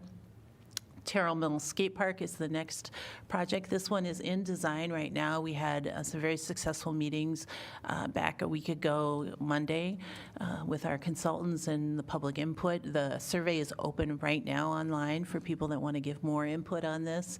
It's a replacement of the Terrell Mill Skate Park with the addition of a roller park for bikes and other wheeled apparatus or wheeled equipment. And I didn't understand half of what was said during the public input meetings for the different amenities that are going to go into this park, but it sounds pretty cool. Event facility improvements. This is money for TTRA Lodge, Ashton House, Riverside Festival Stage. This particular funding is for the roof at the Ned Ashton House. Benton Hill Playground replacement, one of the parks not yet touched with our rec master plan, so this is the playground replacement at the park. We have actually had some initial neighborhood meetings up there just because the neighborhood was really interested and gotten some really good ideas. Probably leaving the shelter, the treehouse shelter as is with just repairs, but then replacing the playground and adding some more accessibility where possible there. College Green Park Playground is probably the oldest playground we have left in our system, and this would replace the playground and probably do sport court renovations, and that's about it. This is not a full park renovation at College Green, but just playground and basketball court, essentially. As a center point of an historic district, are there special considerations for what's appropriate or inappropriate for park structures, or is that? Not so much for playgrounds. And we had quite a bit of discussion about that, for instance, with Happy Hollow Park. The neighborhood had a little extra input in interest in it. But in the end, there's not much that's historic or not historic about playground the park equipment. itself, no, yeah. I do not recommend historic playground equipment. My knees still have scars. So yeah, let's not go the fun back. stuff. It's the dangerous stuff. Yeah, we could ask for particular colors or if there's architectural type things that could be built into it, but yeah, it's, Sorry for the out loud thought, but. yeah, no. The next one is more of the building issues, ADA elevator repairs. The senior center one, I believe, is being rolled into the senior center interior project, but this would be Robert A. Lee and here at City Hall, getting elevators redone. North Market Square Playground replacement. This one will be in conjunction with the school district. They've already let us know that they have funding for certain pieces of accessible equipment that we will include when we redo the playground at this park. That's for 2026. And then Reno Street, as I mentioned before, is one of the parks that doesn't have ADA access at the moment. So that will be part of this renovation. This one, the playground is still in pretty good shape, so we'll be assessing that, but the path work and some of the other things needed in this park might change the scope of how we do that particular park renovation. The next one, we have some parkland by Shannon Drive, kind of by West High. Oh no, I'm sorry, this is the wrong project. This is the one by the Carson Lake development to do water retention in a park in the future. So that's the funding for that one. Next one is replacing the Court Hill Trail from Beach Street to Scott Boulevard. It's an asphalt trail with a lot of tree roots coming up through it right now. This would replace it with a concrete trail. Thornberry and Rita's Ranch dog park improvements includes fencing, some new path work, especially at Rita's Ranch, and some upgrades at Thornberry. As we get closer, we'll identify more specifically what each of those things are. Mercer Shelter, so the Mercer Playground was replaced about 8 years ago. We did not replace the shelter by the playground at that time, and it's one of our older shelters with developing more and more issues. So this is to replace that shelter with one of similar size. Adding up an additional park storage building is the next one. The picture shows it at our parks maintenance facility, but we're actually asking that it be a new building or a new shed basically put out at the Kickers Soccer Complex for additional storage out there. This part of the Carson Lake Park project would do the retention basin and the dam, I believe, to make the water feature or retention area that will eventually become the centerpiece of a park area. Robert A. Lee, another structural, not so fun thing, but something that has to be done. Once the Robert A. Lee building was constructed, they determined that they was shifting already early on, and Josh may have to jump in and explain this a little better than I can, but there were post-construction cables put on the building to hold it into its shape and hold it in place as it is. And that was soon after the original construction. So we've had some of those evaluated, and it looks like at some point soon we'll have to have most of those cables replaced in order to keep the building integrity as it is. So that's what this project does. The ones are, you can see this is in the lobby area. You can see them very easily in the aquatic center part too. This building has so many challenges and is also, like City Park Pool, can be a third rail because of the pool component. And I know there's been studies in the past on this building. What do we do instead of keep repairing things? Because there's so many complicated challenges with this building in the way that it was constructed and all of its many current challenges. How do you see it, Julie? What do we do? That's once again a much bigger conversation. The entire building, as you're right, has its challenges. This is one thing that's coming up. We know that all the plumbing is older metal or older plumbing that at some point will probably need full replacement as well. You're right. It's a lot of smaller projects coming down the pike to keep it operating. And I think it's a larger work session or a larger discussion beyond that. Yeah, we've certainly thought about this a lot. It came up in the master plan. We told the public we were going to focus on City Park Pool, and then once that was behind us, we were going to come back and look at all the rec centers. Again, I said all, the two, but looking in a crystal ball, I would say that there's probably going to need to be some pretty intense discussions about major renovations to the two existing. And then the Carson Lake property, we also plan to at least have enough space out there for potential West Side Rec Center. There's really a lack of those types of amenities available on our west side. And that sets up really well, I think, for some referendum discussions, right? If we're looking at major renovations, modernization, and a new rec center, we're not going to pay cash for that. And that's something I think could have some real merit towards a bond referendum. But I think we stick to our pledge. We get through City Park, and in the meantime, we're going to have to do a little bit of this work. Yeah. One by one. Okay, and then speaking of the rec center, the next one is the Mercer Park. This one is for some heating and cooling repairs for the main area and the gym area. We had recently replaced the HVAC and the dehumidification, added dehumidification in the swimming pool area there, but this is for the remainder of the building. Cemetery. This is a request to add more columbarium space for cremains. Our current columbarium is about 75% sold out. We estimate about a 6 to 6.5 year lifespan still to go with that. And this would give us more space for that. Later in February, we will be back with you at a council meeting or a work session to talk about some of the cemetery policies and kind of talk about what we see as a lifespan of how much space is left there. But the columbarium and the cremains area is one that is a particular need sooner rather than later. This one is for a small park development on the west side by Shannon Drive. We've been waiting for this land for about 18 years from a development. We finally have it. And we have some funding from Neighborhood Open Space as well as this funding here. It would be a small park similar to like a Cardigan, Fronholz, Miller, Villa Park area. So small playground shelter at the most, not much, but a small area. There's not much in that west area for parkland. And that's it. All right, thank you. And we're going to move on to the police.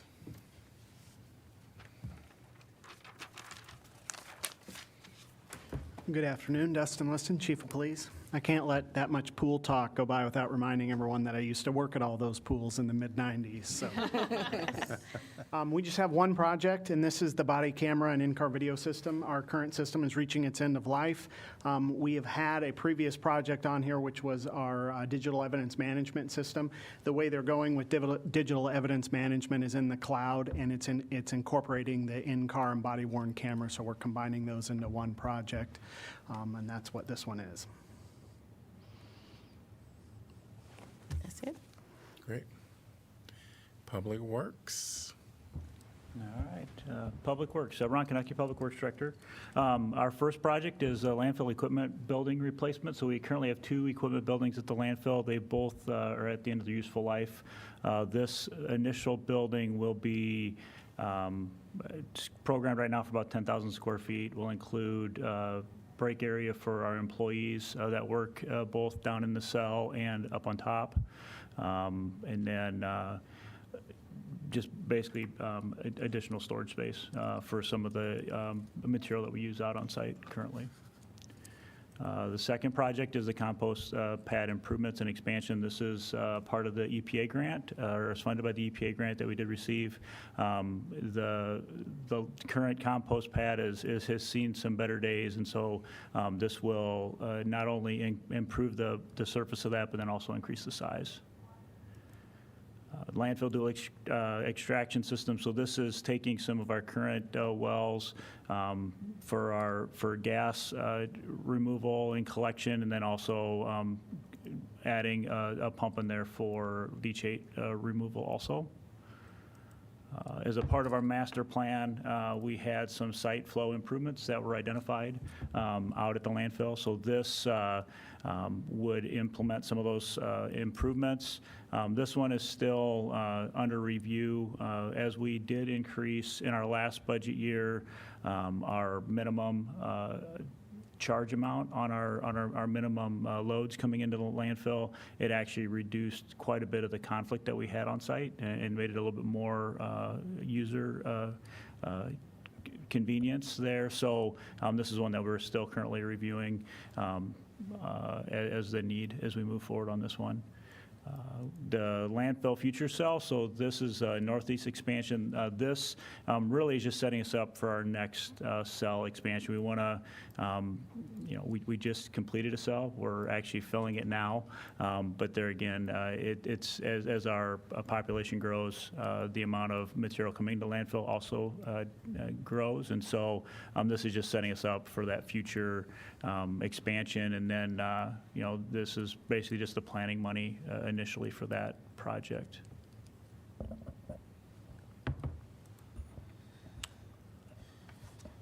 Moving on to the Rundell Street Pump Station vault modification. So we have an existing pump station there, stormwater pump station at, I believe it's the intersection of Rundell and Center. So we need to do some work there to make some repairs to kind of the internal workings of that. The vault top and some of the hatches also, obviously you can see from the picture, located right next to ADA curb ramps. So we need to make some improvements there to make that ADA compliant as well. River Street storm sewer improvements. So there's an existing drainage ditch on River Street just north of Lincoln School. We get complaints about that area, also have maintenance challenges with that. So we'd be looking at installing storm sewer there to help address that situation. Peterson Street storm sewer improvements. So this is a section of existing storm sewer. It's old corrugated metal pipe. We've had some spots where it's kind of rotted out and had to make some spot repairs on that. This would be to replace the rest of that line and address the issues there with pipe that just is at the end of its life. Storm sewer asset inventory. So as the city is transitioning to using Cartograph for our asset management, part of what we need to do is get all those assets into the system. This would be to have somebody help us map our storm sewer infrastructure, so pipes, structures, of all that type of information.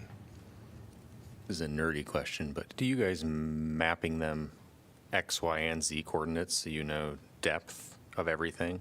We typically have that information, yeah. Okay.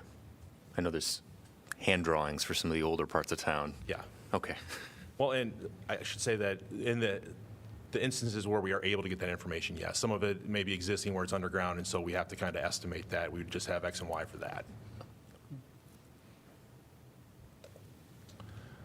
Equipment maintenance facility, so this would take the existing equipment building at the corner of Riverside Drive and Highway 6, move it down to a new facility at the Public Works site there at McAllister and Gilbert Street, just south of the existing Public Works building. This project would be done at the same time as the new transit facility. Can you tell me, excuse me, are there any plans then for that land once it would be moved? I believe we talked about selling that once we've kind of. Yeah, so I think that there's a lot of potential there. I think initially what it will probably end up being for us is the equipment building that's there now will be storage, because as we do construction on this corner site, there's 3 Quonset buildings that sit along Gilbert Street now, the silver buildings. Those will have to be removed. There are stuff in those buildings, and so we have to find a place to relocate that stuff, at least initially. But then as we look at the overall kind of master plan for that corner property, it could be the potential for redevelopment for other city uses. A majority of that, as you may or may not be aware, is an old city dump, and so obviously the transit facility sits like right on the middle of that. That's why there's so much subsidence that's happening around there, and so a lot of that space would be for open space, trail extensions in those areas also. Approximately how big is the property? Like if you had to estimate like acres? The existing corner site? Yeah, the existing, yeah. I don't, as far as where we're moving from, I don't have a good estimate on that. We are, as part of the space needs analysis that we're doing, we are evaluating whether that site could accommodate a future public safety building. This project is in design right now? We are currently developing the RFQ for consulting services, so that'll be joint with the transit facility. Okay.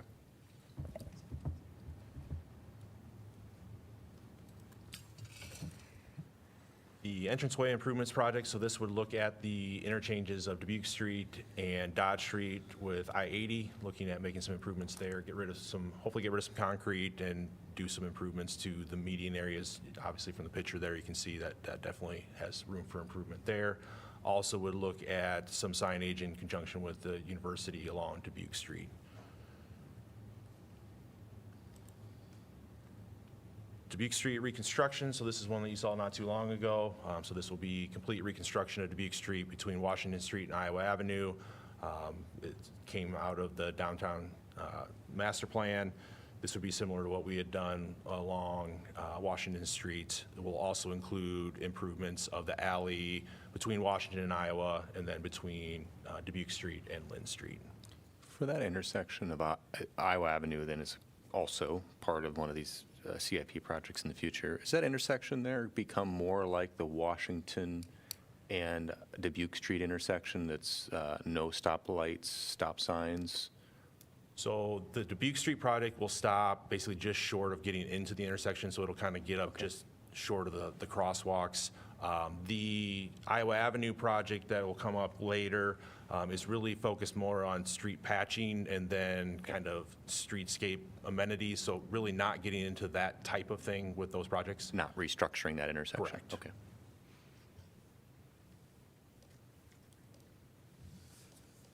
Court Street reconstruction, this would be the section from Muscatine to First Avenue. This would, again, include complete reconstruction, new paving, sidewalks, new storm sewer, and other utility improvements. The plan, our current plan is to try and do utility relocations yet this year and have construction over the next 2 construction seasons. So 25, 26 is the current plan for that. Is that planned for a complete closure during reconstruction or partial closure? It'll be phased. We'll have complete closures, but they'll kind of be phased so that they kind of work their way down with construction. So it won't be the entire stretch during the entire project. And this won't overlap with the final stages of Rochester and First? Correct. Yeah, because the intent is that Rochester would be completed this year while we're doing utility relocations on Court Street, and then next year those closures would occur. Thank you. Yep. Highway 1, Highway 6 intersection improvement studies. So this is kind of the south Highway 1, Highway 6 intersection. A couple of things that we're looking at here. Anybody that's driven through there in the east-west direction, there's kind of a kink in the intersection, looking at making geometric improvements to hopefully address that. Also, a big part of this is going to be looking at what we can do for pedestrian and bicycle accommodations at the intersection. Currently, there's little to none, and so we'd be looking at addressing that. Part of what we hope to get out of the findings of this study would be, whatever we're looking for pedestrian facilities to help determine what's going to be needed for the Highway 6 bridge over the Iowa River that the DOT is working on now. So we'll hopefully get those facilities right with that bridge project as well. Dodge Street reconstruction, so this would be the section from Governor Street at the north to Burlington Street on the south. It'd be complete reconstruction. This would be, again, full pavement reconstruction and utility work. This will be a joint project with the DOT because it's a joint jurisdiction roadway. So that will be a joint DOT and city project. Does it maintain its one-way? That is currently the plan. We do have, or we're working with the consultant to start a study to look at potential one-way to two-way conversion, at least see what those impacts would be. Would anticipate that probably being here in the next several months, working through that. If it were a conversion from one-way to two-way, would that mean we'd need to lump in the corollary Governor Street? So that would definitely be part of that study discussion. that you would come back, okay. I think if we were to look at a two-way conversion, I would guess that the DOT would look to us to take Governor Street, but we haven't had all of those discussions. So what that means is we would be on the hook for future repairs. Right now, that's a DOT route, and that's a major concession to make or decision to make because it would be tens of millions in liability for the next several decades, and then just exponentially gets bigger the longer the time horizon.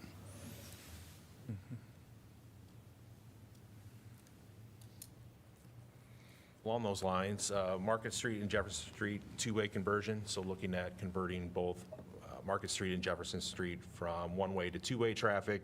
A lot of this work includes, obviously, restriping, but signal work and geometric improvements needed at the intersections to make that happen. North Gilbert Street reconstruction, so this is the far north end of Gilbert Street from Brown Street to Kimball. That section is in very poor condition from a pavement condition and would be including utility work as well. We'll also be looking at adding sidewalk on both sides of the street there, getting rid of kind of the vertical, or improving the vertical and horizontal curve of that street as well through that section. Gilbert Street Bridge Replacement Project, so this is one that's coming up this spring. Would say as early as March, they would start working on this. This would be a complete closure of Gilbert Street for most of 2024 as we replace that bridge over Ralston Creek.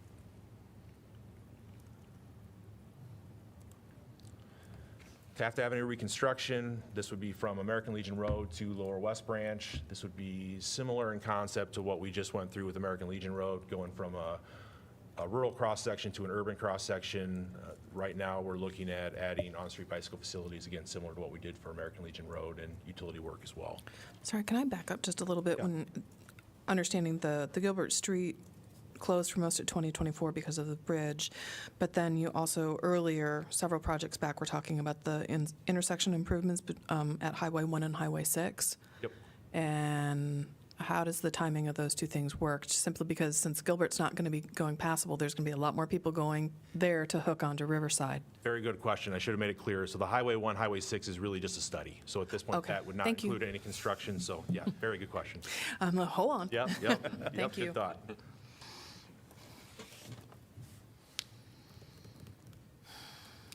Oakdale Boulevard extension. So again, this is another alignment study we're looking at. And really, this would be an update of a previous study that was done a number of years ago with interest in potential redevelopment in this area that kind of comes from time to time.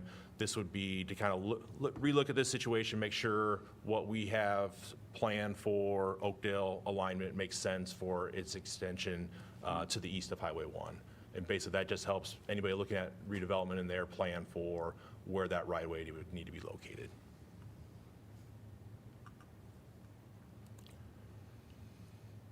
Burlington Street Bridge Replacement Project, so this will be a big one. This will include removal of both Burlington Street bridges. With that, one of them is owned and maintained by the DOT, and one of them is owned and maintained by the city. So we would remove both bridges, go back with a single structure that would, the plan is to have that owned and maintained by the DOT, with that being a DOT route.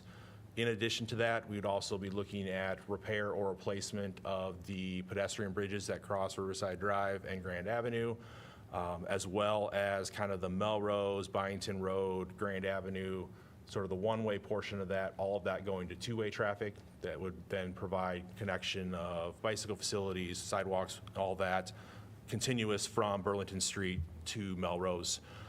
As part of at least the study phase, we'll also evaluate the existing dam, which is a university asset, but just look to see what opportunities might be there for that. Obviously, with the bridges being removed as part of the project, that's probably as good opportunity as you're going to get to address the dam. That could be anything from doing nothing to, whether it's repairs or some other measure. I can say that, just simply removing the dam, it most likely isn't an option. That provides some of the water elevation that's needed for upstream water production for both the university and the city. So that's the majority of that project. Real quick question, with the $30 million, is that the city's share of a shared project, the total cost of the project? Who's picking up that $30 million percentage-wise yet to be determined? How does that work? Yeah, so that right now is kind of what we're estimating for the total project. I would guess that will creep up over time. We're looking at construction probably 28, 29 timeframe. We are just going through the process right now of getting a consultant on board, or consultant selection, to get them on board to help us figure that out. As far as contributions go, we would anticipate there would be contributions from the university and the DOT. We don't have those dollar amounts figured out yet. We'll also continue to pursue, whether it's federal funding, state funding, other funding opportunities to help offset the cost for all of us. All right, thank you. I can't see the bottom of, like I see 2025, yeah. All right, got it. So you didn't want to see that. Makes a little bit of a difference, yeah. I'm very, very excited about this project. I think it has a huge opportunity for public safety, first of all. It's scary on a bike, scary by foot, scary in a car at that intersection, and I just hope we can really resolve that. I also would love for us to embrace the Iowa River in a way that people are scared of it, and they should be, because my understanding is that dam kills people. Like, people get sucked into it all the time. So what can we do to get our university partners to get on board with some kind of utility replacement or get rid of that dam? Well, and I think that's probably something we'll have to see and work through as part of the process. Part of the study is intended to look at that. And so I think at this point, I don't think we know what their feelings are on it exactly. Again, I think we recognize that it's not simply looking at removal, but at least in the past, there's been interest from the university in addressing safety issues as best we can. But I think at this point, we just don't know enough about it to know what that really means to know kind of what their stance is going to be. This is one of the bridges that has the spiral overpasses.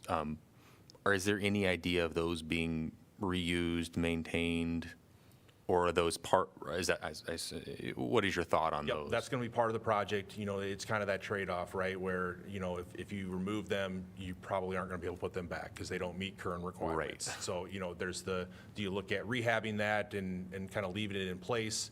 Due to its location, that's going to be a challenge. So I think we're going to have to look at what our options are as we work through the process to address that. Is access to the river part of this also potentially? That's something we'll look at. I don't know what that looks like at this point, but certainly something that we've said is part of the overall project goals. Okay. Whitewater rafting park. Yeah, should be. All right.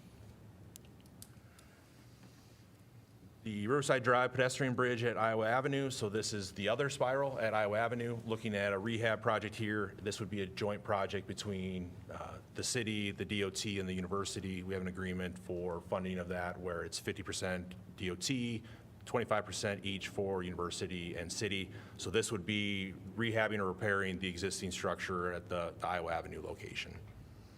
And that's the total cost, is that correct? Or is that the city share? This would be the total cost, correct. So typically for this, we show the total cost just because we'll have to kind of work through the contracts piece of it, but we would get reimbursement from those other parties. Yep.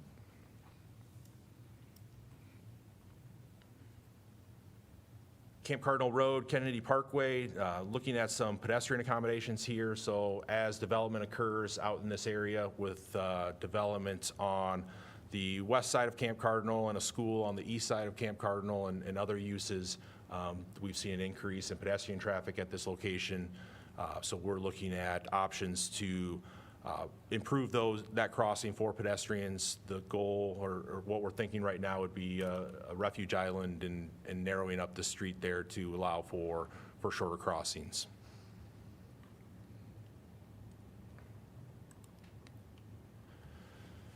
North Dodge Street ACT circle signalization. So this would be installing a new traffic signal at this intersection. This would also allow for potential addition of a fourth leg if that were ever needed for as we kind of work through what the future of the ACT site looks like.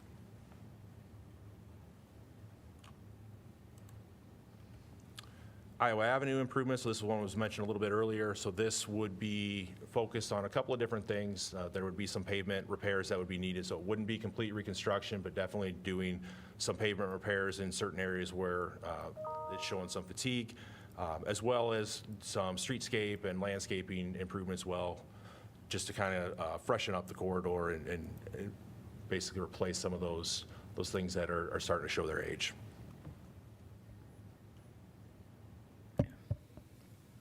High Street and Southgate Avenue sidewalk infill. So these are two locations where sidewalk doesn't currently exist, so we'll be adding it.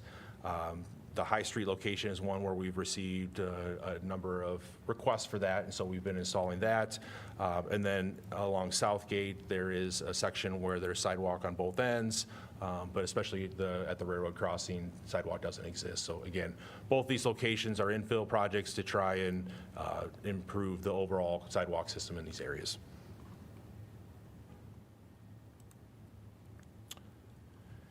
Camp Cardinal Road extension project. So this is Camp Cardinal Road just north of Camp Cardinal Boulevard. This is a section that currently is chip seal. See if looks like it's a little slow. Here we go. So looking at development occurring here, likely in the not too distant future along both sides of that street. This project will sort of serve to pay for the design of the roadway and then have construction of that roadway with the intent that the actual construction costs would be reimbursed half each for each of the developments on that stretch of the roadway. All right. Moving down to the wastewater plant. So we've been on this site for over 30 years, and so it's time that a lot of our pieces there are up for some rehabilitation and some renovation. So first project is one of our larger we talked about on Monday, which is the digester complex rehabilitation. So this is basically looking at rehabbing the digester complex itself, looking at heat exchanger replacements, just equipment upgrades, and then also looking at ways that we can deal with high-strength waste and how we can receive some of that when we look at our RNG project. Benton Street, the trunk sewer improvements. So this is a piece of sewer main that actually runs through an apartment complex. Very hard to get to from a maintenance standpoint. So this is relocating that as far as realigning it, then also taking care of some capacity issues that we have in this area. The return activated sludge pump replacement. So these are pumps that are at the end of their useful life. So we're looking at replacing those. Same with the influent pump station. So we're looking at basically replacing pumps that are at the end of the useful life.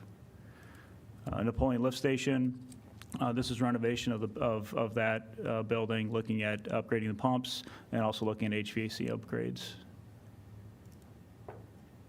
The wastewater treatment plant roof replacements, exactly what it says, replacing some roofs in the plant area.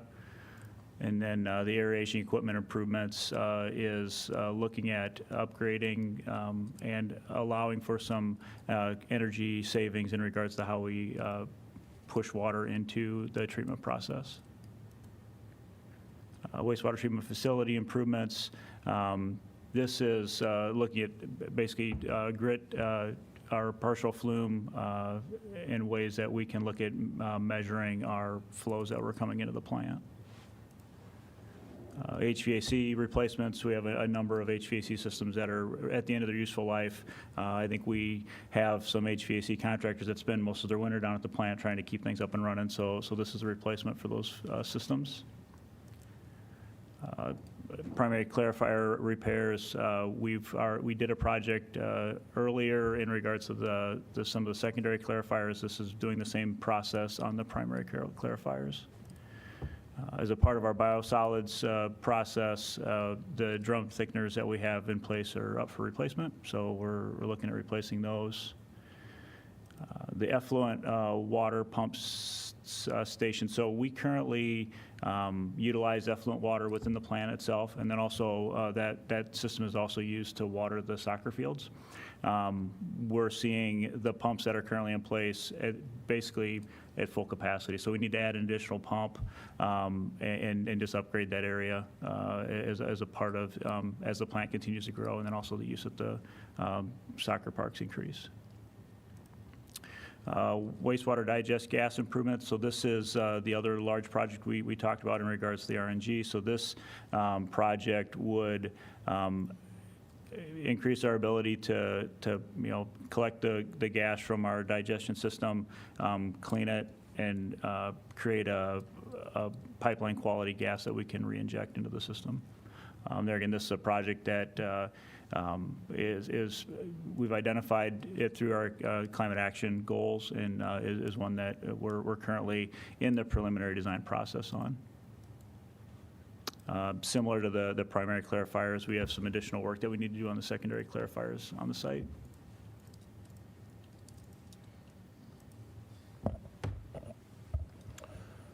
All right, moving over to the water side of things, we have a couple of water main replacement projects, and typically these are done in locations where we have a history of main breaks or other maintenance issues. So the first one being Bradford Drive water main replacement. This would be near Southeast Junior High. Next is the high service pump VFD replacements. So this would be, again, replacement of equipment that's reached the end of its useful life. VFDs, or variable frequency drives, are used to help make the pumps more efficient. Basically allows them to operate at varied speeds versus having to just be on or off. Highway 6 from Fair Meadows to Industrial Park Road, again, another water main replacement project. Collector well number 2 cleaning and upgrade. So this is a project with one of the well houses. This would look at potentially adding additional laterals for collector well number 2. Also looking at potentially cleaning the existing laterals. You know, as they operate over time, they get grit and other debris on the screens, and so you need to go in there and kind of clean that to recover the capacity that's lost over time. Seeing a theme here with roof replacements. So out at the water plant, we've done roof replacement of kind of the main part of the main building. This would be doing a lot of the other facilities out there. So the other portions of the main water plant building, and then some of the other buildings on the site. So this, we're currently doing having a report done in regards to treatment processes. This is basically a placeholder as we look at what those improvements would be into our treatment process at the plant. The final water main replacement project would be along Melrose Avenue from Camp Cardinal west to the Highway 218 interchange. The next project is the Powerhouse Dam rehabilitation. So during one of our most recent inspections of the dam, which is a water asset, we noticed there was some spots that were in need of repair. So this would be going through and making those repairs. Doesn't that look like that's in Coralville? It's right on the border of Coralville Right and on the the peninsula border. area. So this dam, is it correct that this is a dam that helps keep the river high enough for the water treatment plant? It has a function. It's It not does. just a Yep. relic of Yep. old dams. Yes. You really don't like dams. I really don't like dams. I really want us to Dams use suck. the Iowa River. I want people to go down there and enjoy it. And I know that other cities have figured out ways to keep water levels high and get rid of their dams. Is that part of the thinking for these projects? That I would realize not- this is a small price tag compared to what it would Yeah, take. this one definitely would be just a repair project. You know, as far as the Burlington Street project, that's one that we've talked about, that potential being an option. I know it's been a few years ago, whether it's a whitewater park or whatever that might be, there have been some interest in looking at that. We've mentioned that to potential consultants that we'd be open to exploring that to see if it's an option. I know there's a pretty significant price tag that comes along with that, but that's something that we would look at least with that project potentially. Again, depending on, you know, the feelings of the various players involved there, I don't know how serious of a look that would be, but it's something that we've definitely said is at least on the table to look at initially. Okay.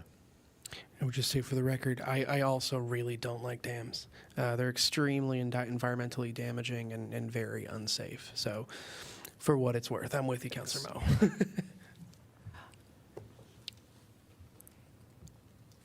I just have a question that, and you don't have to go back and bring it up, but when we started, Nicole, and when you sort of kicked things off and we had everything in the pie chart about the different pieces of money for the projects, it was the scope for the 5 years for all of the projects within each division. Okay, thank you.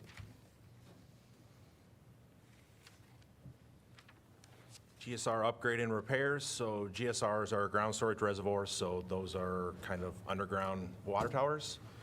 So we have a number of these throughout the city, so this would be looking at making some electrical repairs to some of those facilities, also evaluating and potentially adding additional pumps to some of those facilities.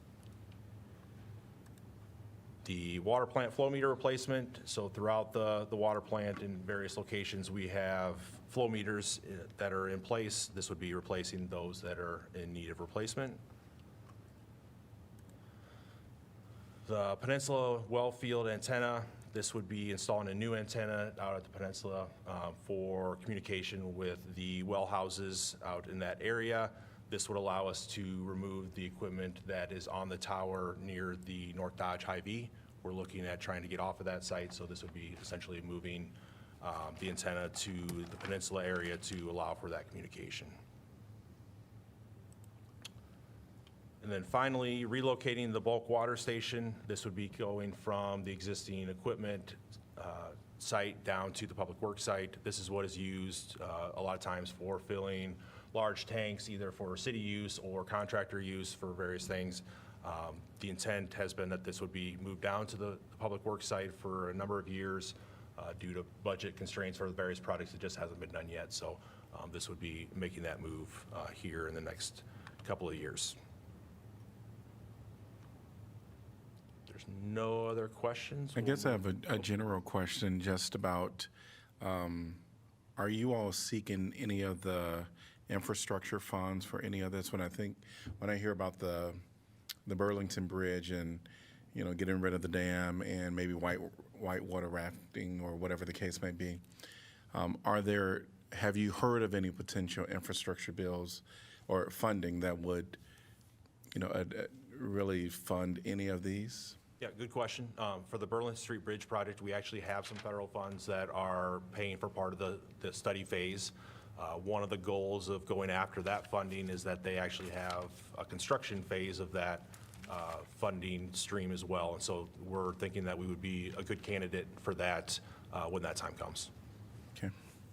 I know that for like the Summit Street Bridge, there was because it was an important bridge, and it's a very handsome bridge. There was a public input period.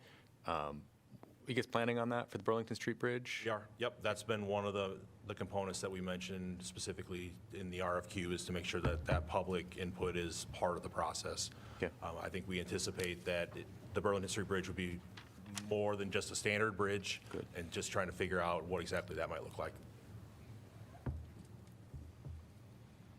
All right, we'll go to transportation.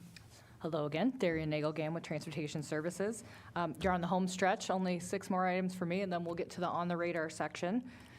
First and foremost, video cameras for parking facilities. So we currently have video cameras in all of our parking facilities. We use them every day for helping customers. We use them to understand capacity issues. We use them to see if traffic's backed up, if there's a problem at our entrances and exits. But we're looking to expand our video cameras in our public facilities, both for safety and security, both our customers who are using them and also our staff. So we've been working with PD on developing a plan, or where's the most strategic locations to expand those cameras, and we'll also, in addition to using them for safety and security and incident follow-up, they'll really be helpful to us from an operational perspective to help monitor how the facilities are performing. Replacing LED fixtures in parking facilities is the next project, and this is a climate action project, maybe one of the first climate action projects in the city.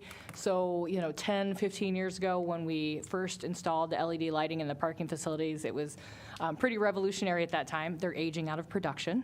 So we have been going through the parking facilities in recent years and just blanket replacing all of the LED lights. So we have a few more facilities yet to go, but we expect that to be wrapped up this year. All right, Tower Place drainage modification. So this is an interesting project that's slated for the out years of the 5-year plan. This might be more of a potentially a resilience project in terms of climate action. We've been having in recent years flooding events in the lower parking level because during extreme rainfall events, the stormwater infrastructure on the facility or built with the facility can't handle really high intense rainfall events. So we are working to design some ways that it can better handle those kind of rainfall events. We're expecting that is something that will continue, at least from our experience in the recent past. So that is a project in the out years that we're working through. Tower Place office remodel. So Tower Place ramp is the home of the parking office today, and if that remains the location of the parking office, we are seeking some funds to kind of bring the facility and the office up to today's standards. It doesn't quite meet the needs today. It was built over 20 years ago, and ultimately we need to reconfigure both the administrative office space and our customer service space to just better meet today's needs for safety, security, privacy, better efficiency, all the things to modernize their office there. This might be a question more for Jeff. What's the ownership of that parking garage and I understand there's condos, some of them are private. So that specific suite the city owns, but others don't? Yeah, that's correct. We own that suite, and we own a suite for a communications division up on the upper levels. And then there's other individual owners throughout there. So there's a condo association that Darian and her staff get to represent us on. Okay, all right. But this would be an investment in city-owned? That's correct. Condos. Got it. So Darian, did you say, and I apologize if I misheard, you said if this remains? Yeah. So, but you're committed to, in 2025, renovating it regardless, but the fact that it's a condo structure and that this is city-owned makes more sense, but... This is one of those areas with the space needs study that we brought in because there's definitely possibilities to have them incorporated into a city hall or alongside other city offices.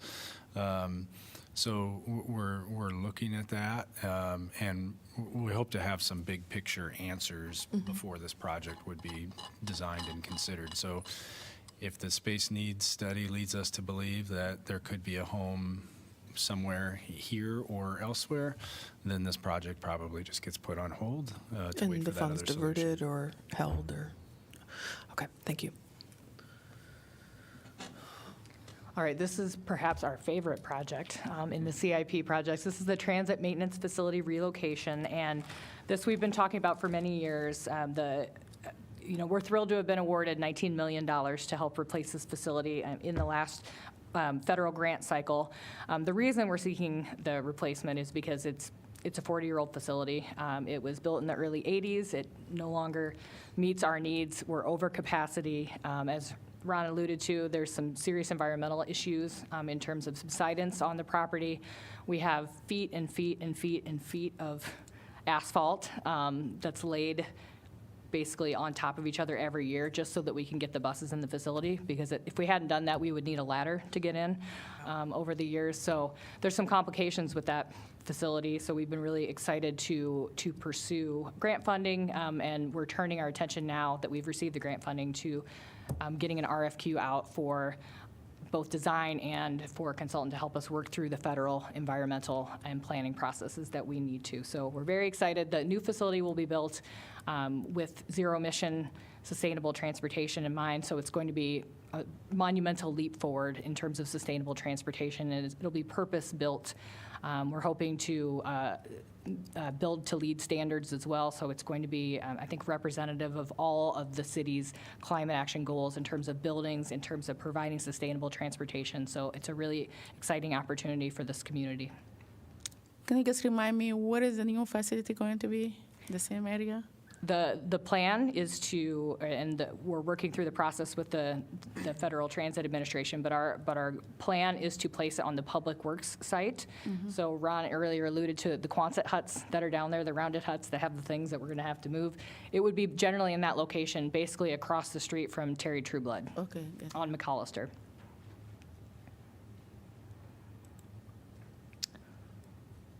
All right, transit bus video system. So we have on all of our buses, we have a security video system that is recording at all times in multiple locations, which provides a lot of peace of mind for our staff, because they're working independently on the buses every single day. So we use it to follow up on incidents that occurred, that sort of thing. But again, it's for safety and security.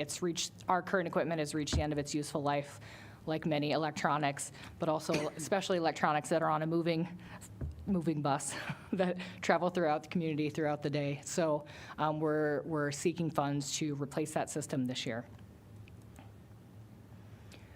So this is a new item. These are bus driver protection doors. This is, again, we've been on a mission to kind of make our work environment for the transportation services staff more safe and comfortable. And one thing that we've heard from the drivers in recent years, and we've had outfitted on our electric buses, which are our newest buses, are bus driver door protective doors. So really, you can't see it very well in this photograph because there's kind of clear glass there, but it provides some physical space between passengers. It provides some, in the event of a pandemic, but who could think that could possibly happen? It provides some closed off airspace.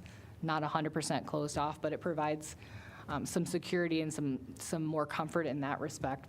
So we have these on all of our electric buses, and the funding we're seeking is to retrofit all of our diesel buses with these driver protection doors, and we will spec all of our new buses going forward with these doors. It's becoming quite standard, not just here, but across the country. All right, the last but not least, replacing door and door closures in our parking facilities. So this is just another aging condition situation. So we have our two oldest ramps, Dubuque Street and Capitol Street ramps, they're early 80s. They were built about the same time as the transit facility. So some of them are original, which is pretty impressive. Some of the doors and some of the door closures, many of them have been updated. We have ADA. You might have seen these if you've used the ramps. There's a item that you can wave in as you're coming up to the door, and it allows for the door to open. It's an ADA access. So those sorts of things are what we're seeking to replace with this project, and some of our doors just due to settling and age and water damage, that sort of thing. They don't always close and shut as easy as they should. Sometimes, we all like a little fresh air, but in the middle of, sub-zero weather, when a door is not properly shutting, the customers can really feel the difference in temperature when that's happening. So this is a project to help rehabilitate those doors. All right, Happy to answer any questions. thank you. Great. All right, so the final section is the on the radar section. So again, these are those projects that don't have any funding in the current sorry. Mayor, I don't know how long this part is, Jason, but I was wondering if maybe we could take a quick break now. Absolutely, we Okay, great. can. We're going to take a 15-minute break. Do people want 5? Plenty for me. Maybe a little bit more? Maybe 10. All right, we're going to date. Difference. 5. All right, I hear 5. I hear 5. Yeah.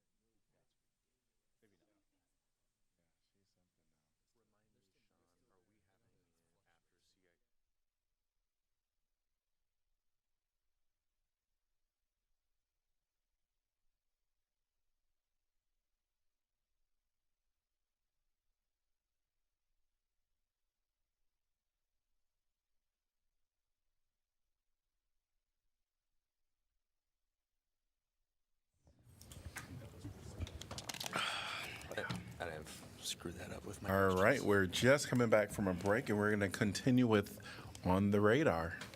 Yeah, so just a reminder, the on-the-radar projects are those projects that don't have funding in the current 5-year plan, but just ones we want to make sure you're aware of as we kind of look even longer term at what might be out there. So the first one is the McAllister Boulevard extension. Maybe? There we go. So this would be, you may remember a couple years ago, we completed an extension to McAllister Boulevard that went from essentially Gilbert Street to Sycamore. This would be that next section from Sycamore to the east to Highway 6. Next one is the East Side Sports Complex. There was a master plan done for this in about 2016, 2017. The city does own the land on the east side, kind of south of the new Hoover Elementary School. We've done some tree planting in preparation for a screening from the railroad that goes near that site. And it was a master plan for baseball, soccer, and potentially even an indoor facility. The thing to remember with this is the current Kickers Complex sits on land that could eventually be used for the wastewater treatment expansion. And that time, they would have to move somewhere else, and this would be a potential site for that. So we leave it in there as consideration for that. Was there an economic analysis done on this? There was. And? In the terms of the baseball complex part, it wasn't quite large enough to make sense for big tournaments. Okay.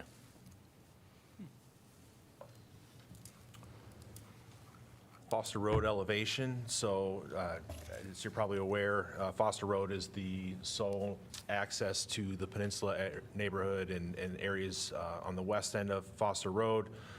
We recently completed a functional design for this project, look at what a project might look like to elevate Foster Road, make it more resilient for flood events in the future. We also has been consideration for providing secondary access through a Forest View redevelopment of that area. So I think either one of those options could be viable for making that access more resilient. But if we decide to move forward with a city project with an existing right-of-way, the Foster Road elevation would be one that we could look at for that. Is this something that if the Forest View area is developed sooner, would happen sooner and would be the developer's responsibility? No, if we sense that the Forest View area is going to move forward, we might just shelve this because that secondary access would be created from Algonquin, kind of bent around to Laura Drive and then out to Dubuque. To Dubuque, So okay. this one is, this has been a tough one for us because with all the starts and stops of momentum up there, we've kind of put this off. We decided to take it through design a little bit further. In case we don't see movement over the next few years, I think we'll have to do this. Okay. Our goal is not to do Not to this do in it, the okay. short term. Thank you. What floodplain is this in? What year? As far as current or what the proposed would be? Yes. Current. So the way that Foster Road was designed at the time, so this was constructed in 99, 2000. The low point of Foster Road was a foot below the 100-year floodplain. And so the picture that's shown there, that's the 2008 flood. So that would have been about the 500-year flood, is what you're seeing there as far as the flooding limits. And so the mitigation would make it. I don't recall offhand. I feel like it's somewhere in the neighborhood of the 100-year or 200-year, maybe a foot above one of those elevations. Okay. I know that we looked at going a foot above the 500-year, and that gets to be very impactful. So I think we were trying to find kind of that sweet spot of providing as much protection as possible, but not making a crazy amount of changes in the area. I guess another question would be like, how much of an impact, say we have a similar, 100, 500-year flood, how much impact would the mitigation have to, the flooding of the southern area here? So it really would do nothing for that area. It would really be mostly focused, or really just focused on keeping Foster Road open as long as possible and providing access to the west. Okay.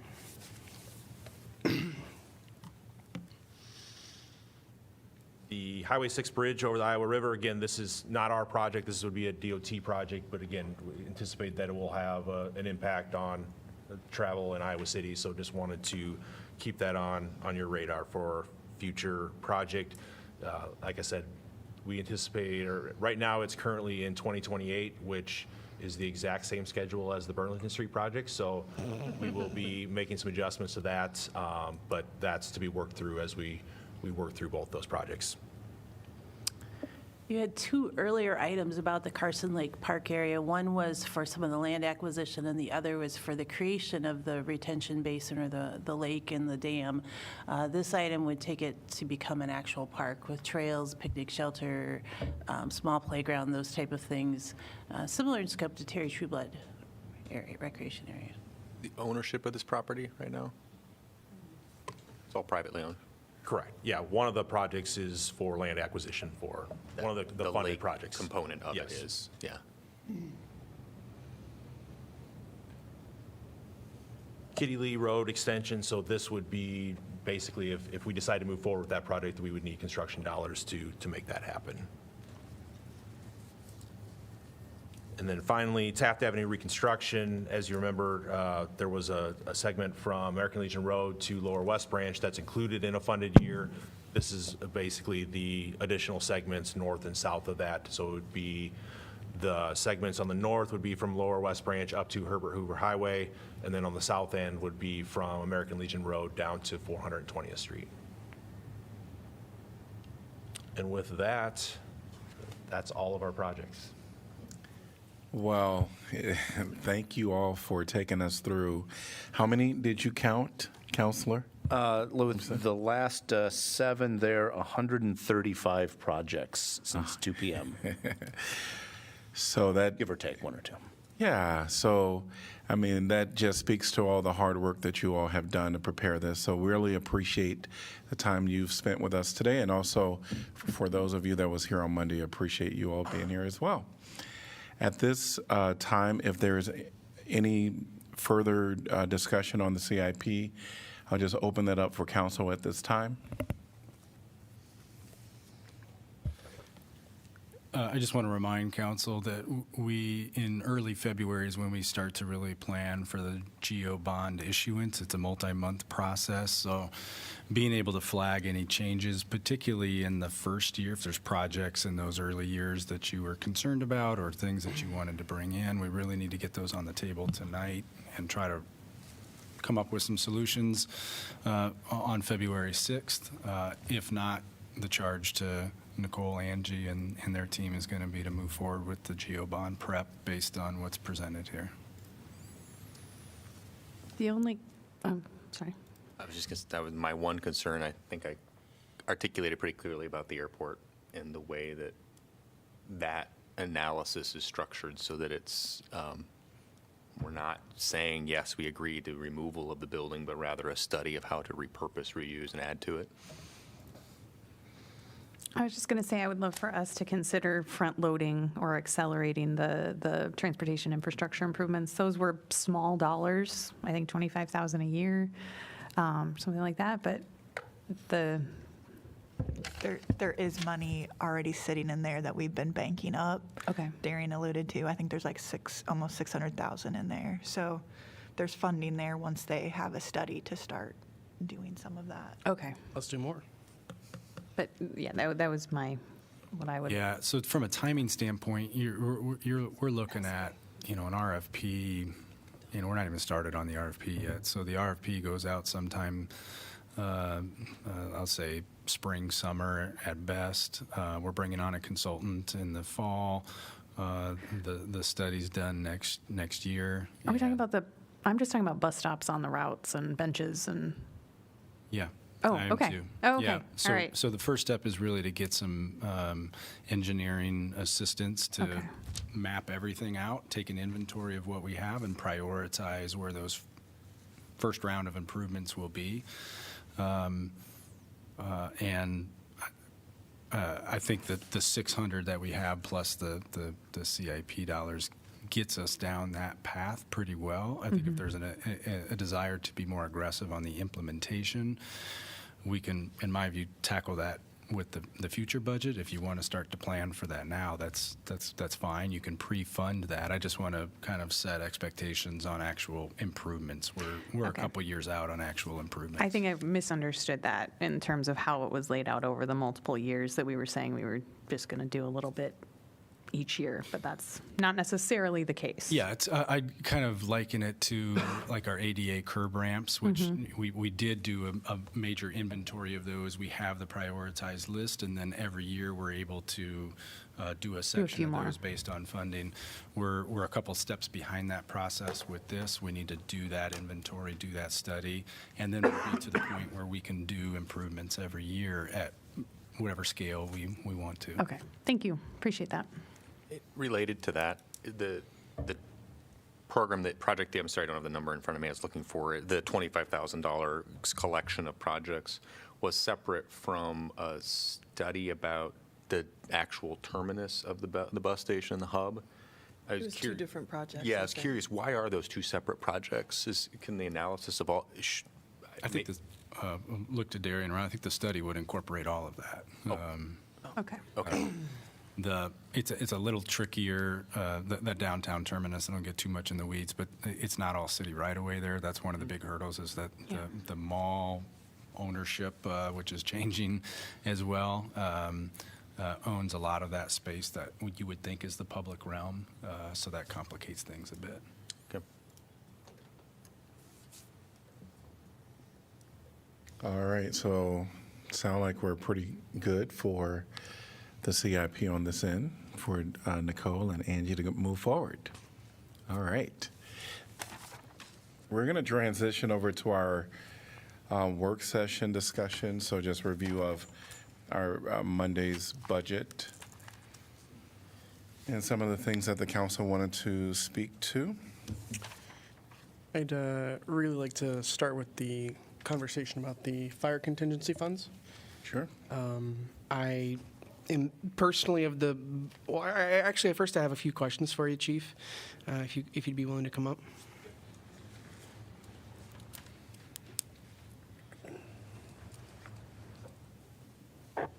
So I'm just going to ask you some questions that we've already asked you just for the sake of presence of mind. So that's not that they've been forgotten or anything. So could you remind us how much you requested in terms of additional staffing for this budget period? 5 personnel, 3 firefighters, a captain for the Prevention Bureau, and a civilian outreach person. Sure.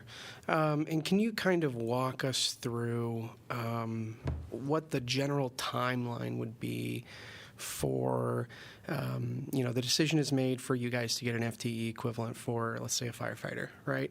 How long does it take for that firefighter to be fully trained and operational within the department? Like in every capacity. Sure. In every capacity? Yeah. Like what you would want, like you would say, this person is fully trained, they can perform whatever duties I would ask of them on a standard level. Okay. The first thing they would do is complete an 8-week fire academy. Mm-hmm. And then from there, they would be on a 1-year probationary period in the station. And soon thereafter, they would go through more training to become an apparatus operator. Mm-hmm. How long does that all take? I would say realistically 16, 18 months by the time we're done. If you want someone to operate in all capacities. Yeah. I think we do. That's a pretty big ask. Yeah. Is that generally what you look for, operation in all capacities, or? Eventually, yes. That's where we want to go. Everyone on the fire department that gets past the probationary period and eventually moves into the capacity of being able to drive and operate fire apparatus. What we want to prevent is to have a junior member driving to their first significant fire. That's not a good idea. Yeah. Why would that not be a good idea? Well, yeah, it's a complicated task, and experience matters. And the first really evolution of a fire service professional is learning their job, and their primary function is that of firefighter, EMT. And once they get some experience, we can move them on forward to the next phase, which would be driving and operating fire apparatus. How many of our officers are certified EMTs? Everyone. Every one of them, okay. So I guess really where I'm at this point on this item is, and I know it's been a request from the firefighters themselves. I see that we're kind of put in a question, a policy question. We have $300,000 worth of contingent funds that are going to go towards personnel for the eventual Station 5, and we've got 3 shifts. What are those shifts? Could you tell me what the days look like? Essentially, what we have right now is we have 2 shifts that have 1 more person than the other shift. Okay. If that's what you're asking. That creates a differing load. And I know, like you said, that one position may not make or break the department. And, you know, we're very glad to hear that. But it is a different load no matter what if you're having a disparity in staffing. Certainly in terms of morale and what is asked of 16 people compared to 17. So that, in my mind, coupled with, you said like around an 18-month lead time to get someone trained to the level that we really want all of our firefighters to be at, right? That, to me, I think council should really consider the creation of 1 FTE position for an additional firefighter, just because, again, I mean, the request was 5, and I don't think the chief makes that request out of, you know, no need. We're seeing increased incidences in the community. We are slowly building up capacity for that new fire station, and that time to learn and that time to learn on the job, I think, is incredibly valuable for our community and our safety capacity. So that's really where I'm at. I mean, even just putting things out in a comparative, I believe our contingency contribution last year was 100,000, right? Yeah, that's correct. So if we were to add an FTE, estimate that's $110,000, $115,000 or so, we would still be basically doubling our contingency year over year, in addition to adding 1 FTE. That a reminder that these funds are for personnel in the first place. I feel like I need to clarify some things, if I may. One, this idea of discrepancy between the shifts. Yes, there's a discrepancy between the shifts because we added 2 of these contingency positions last year, right? So I struggle a little bit to say that, hey, there's this major issue now because we're imbalanced. Well, we're imbalanced because we added 2 firefighters last year above and beyond our typical staffing. So those 2 firefighters that we added last year are slated for the new station as well.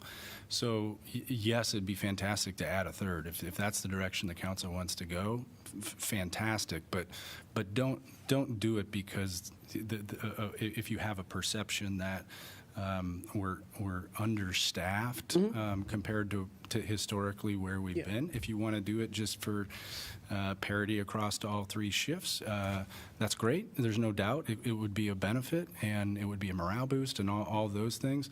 I just want to explain why there's that disparity between the 2 shifts. A couple other points I want to make. The contingency funding, what we're trying to do there from the get-go was add $300,000 a year. So the contingency, according to the original plan, was 300 one year, 600 one year, 900 one year. We're at 700 this year because we hired the 2 firefighters, right? So absent us hiring 2 extra firefighters last budget, this contingency in the budget would be 9. All right, and then ideally we're getting up to that 12 or 15 wherever we need it to meet the staffing model that we determine when those firefighters need to be hired. So I want to make sure that if you decide to hire additional staff, that you just have that background and your understanding of the current landscape. I want to mention too, so the question I've received before is, well, why don't we just hire all of them, right? If we're going to budget the dollars, why don't we just hire all of them and get as much experience as possible? And again, I'll go back to the fact that we're operating at a deficit budget right now. We're not presenting you a break-even budget. We're presenting you a deficit budget. And given those headwinds, I'm not sure we're going to crawl out of that budget. I couldn't promise you that we're going to crawl out of that deficit in the next few years. So by budgeting it, we're signaling and we're preparing for that capacity, but we also aren't putting ourselves in a spot where we can no longer afford that fifth station, and now we have the operational expense to carry going forward. As long as you understand that, then I'm comfortable with whatever decision you would make. Yeah, I think, oh, sorry, I didn't mean to interrupt. Yeah, so the final point I want to make, if your goal is to supplement staffing on the fire department, I would say give the chief some time to think about the 5 positions he requested, and let us come back and say this is where it would be most impactful for the fire department. That's why we hire the chief to do that. It may be a firefighter at the end of the day. We may be right back here, but I think you need to lean on that. And if you're on the flip side, if your thought is to say, where could we, if we wanted to invest $100,000, where would that benefit the entire organization the most? Then understand that the fire department's not the only department that asks for new staff. That's the only one that you've heard about, maybe, but that's part of my role during the budget process, is to take all the requests from departments and try to prioritize the best that I can. I'm not perfect, and I may not think exactly like you all, so I have no problem with you going through that, but there's a lot of department heads who would benefit greatly from having additional staff, and there's a value to having those staff, and that's a hard thing to balance. But as you make this decision, I think you need to think through a couple of those higher layers first. Is the fire department that top priority amongst all other departments? And if so, let's give the chief some space to think about those 5 positions, and at least hear the recommendation on what that might be.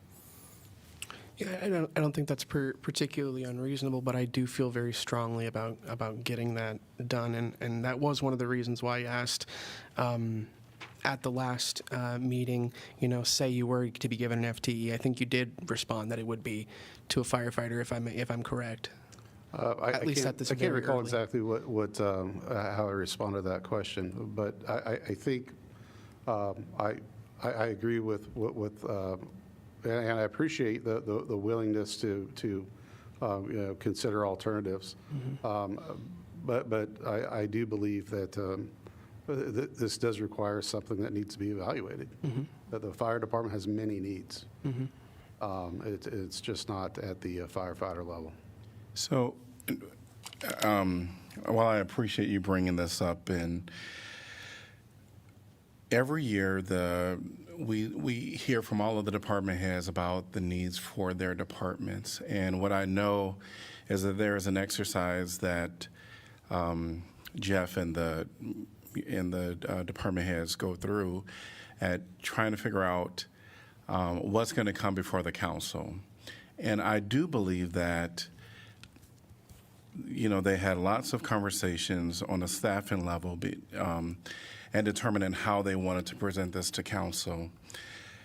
Before I, commit to a particular department, I would feel most comfortable if we are wanting to do a position of any type, is give this back to the city manager and all the department heads to figure out what would be most valuable for the entire organization. Last year, we got approved through the council a grant writer, and we found that the idea behind that was it will benefit the city in so many ways if we can leverage some money to come in for social service programs, whatever the case may be. That will be a bigger bang for our buck. I believe that as it was presented with the $300,000 that's going in, there is a plan that the fire chief, have in place for when their next staff is hired. And so if I was to, say anything to this council is if we want to look at a position, that we give it back to the city manager and ask that the entire organization be looked at, and then they present us with a position that we will find a lot of value from. And not to say that there is no value from adding another person in the fire department. I'm not discounting anyone's needs, but we know every department that came before us talked about their need for staffing. Respectfully, Mayor, I do disagree to an extent. This isn't just. I guess my request is not just to add another staff member, add more funds to the budget. It is to use funds for the fire department that are already scheduled for personnel in the future for personnel now. So the question as to where can we add, an FTE position that can be most value in the city is a good question. It's not going to have the same dynamics of things because we are going to have to up people's budget or move things around, or we would take from the fire department's contingency fund, because that's what I'm talking about. The contingency fund specifically for fire personnel to be used for fire personnel in the now instead of in the future. So it's not really as much of a trade-off as I would think, and I think it's a different question.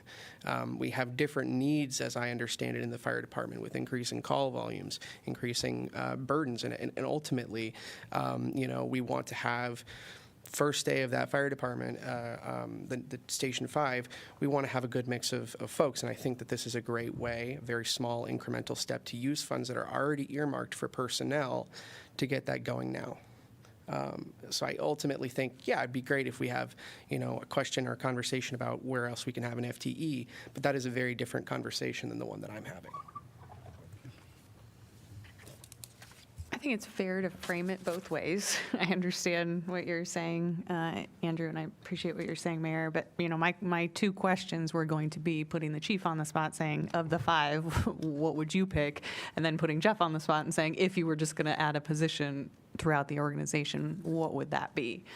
But I do think, either way we're looking at it, running in a deficit budget, the efficiency of the organization and different services throughout the organization becomes more of a focus, right, when we don't have as much leeway as we've had in the past. And I think, we're planning on having a work session that's talking about response to calls, which is what our firefighters do. And we may not have perfect data, but it seems to me that we should be talking about, okay, well, if we feel there's too much burden on the fire department, if we feel there's too much burden on the police department, if we think there's other, things that may be out there, that we assess it in the full context, which I think is what, Jeff, you were saying on Monday of bring the chief in on this conversation, because it could be that, what would be, I understand it's hard to quantify one position in one shift, right, and how that might actually play out. But I do think we need to be having a more holistic look, even if it is specifically about the services that the fire department provides. So I guess my request would be, if we're going to entertain that, let's do it in the context of overall call response. I think that's reasonable. And I think I'm not sure where my thinking leads into this. I think that thus far I'm in agreement to put it in the hands of the expert, as far as where, if that contingency position was actually fulfilled, right? And the conversation about need throughout the organization. I guess it's absolutely a matter of saying I would want to have staff, whether it's department heads and the city manager talking, but there's something also that sits poorly under my skin or just makes me feel incredibly uncomfortable on behalf of that, because the need is great throughout each department, and so it's kind of like rock, paper, scissors among people who all are working hard. So I feel like that would need to be a more thought out conversation, and I guess that's truly where the budget conversations that we don't see before getting to us come. So it may be that our direction next, oh my gosh, what was it, September, right? When we said, what are our priorities, is next September is to say, we really want you to look hard at and talk with your department heads about staffing, right? I mean, that may be the case, but I guess just right now I'm uncomfortable with the idea of like, so just get in a room and figure it out. It feels very much like kind of Sophie's choice, to use a horrible analogy. So the staffing conversations happen on a regular basis. But I want to kind of paint a different picture for you. We don't really have staffing conversations as a kind of department director group, right? Each department has its own unique needs and their own perspective on those needs. They come to the budget committee and they say, this is my needs.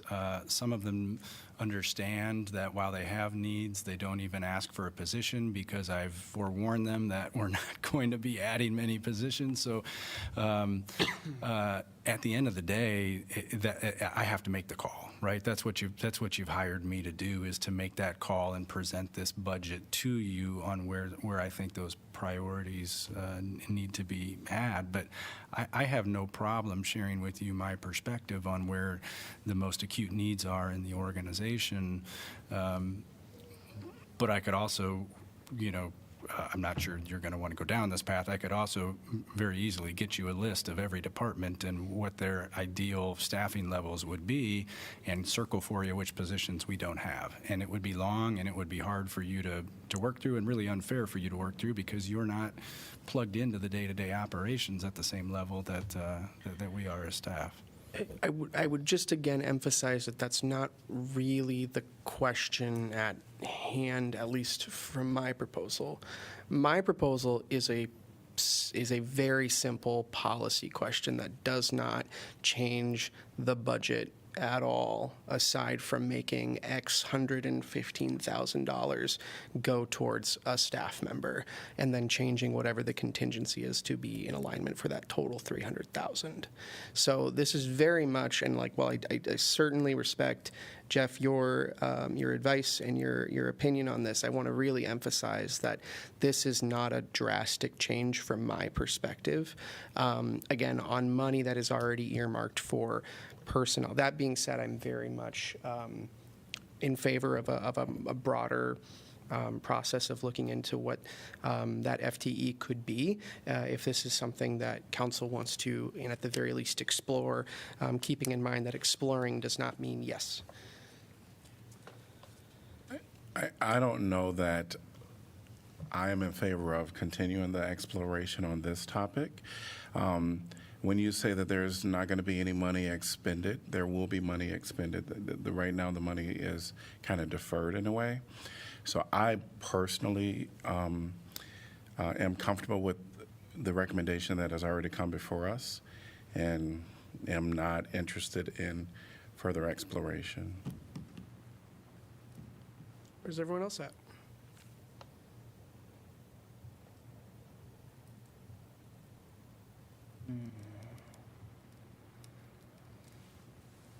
I said that I was fine with a further discussion. So.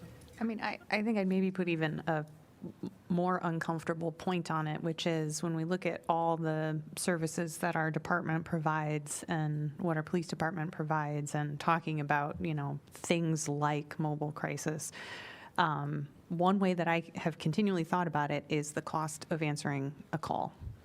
Now, calls are very, very, very, very different in terms of that. Right. But what we know is we have a lot, the majority of calls that the fire department responds to, goes out to are those medical type calls, if that's correct. And so if our overall goal is to match the response to the call in the most efficient way possible, I just think that's a big conversation. And there's lots of different ways we can cut that. But if it's like, we know we have X tens of thousands of calls, in a year, the fire department responded to 9,200, police department responded to 64,000. I don't know what Johns County Ambulance responded to, but like that, I think we should be like putting those all together and just, if we're going upstream to triage better, let's just make that as efficient as we possibly can. So I understand that that's a very different thing than what you're saying in terms of the department staffing, but that's what I would advocate. I kind of agree, for this concept, by looking to the data of the calls and respond and see what is the need exactly at and how we can fund it. So I agree with you guys. And I do think that's been a part of the conversation along the way, that we would look at that. But I'm not certain that comes now as a part of this budget. Well, when will it come, Mayor? Oh, well, I'm just Because it has referring been to- years that we've been Yeah. talking about it. Yeah. I mean, we can still have the conversation, but attaching it to the fire staffing. Oh, I see. Yeah. Yeah. I thought you meant this budget cycle. And I meant specifically attaching that conversation to the fire staffing. Sorry. Understood. I'm talking in general. Yeah, it's a bigger conversation. So that's why, at least specific to the fire, staffing, that's what I was referring to. But the bigger conversation, absolutely, I think it's a conversation that we need to have. So I think that a real potential outcome of this and a combination for the desire for changes to public safety and addressing the needs that are required in the community, a result of that could be this position. I don't think we can, mislead ourselves to think that it could not. So I think this is a great time to be having that conversation. We frequently talk about, I said it last time, how this budget is an example of our values. I think now's the time. We need to spend money where it's needed. At this point, I personally think that it's needed at the fire department, but I very much agree with going through a process to figure out, if we do that, is there other places, right? So I think that makes sense. I think it's prudent, and I do think it ultimately is also part of this, because if we do that discussion and we decide, oh, yep, it's going to lead to a need for an FTE, we're just going to have to do a budget amendment further down the line. So why not do it while we're in the middle of the process?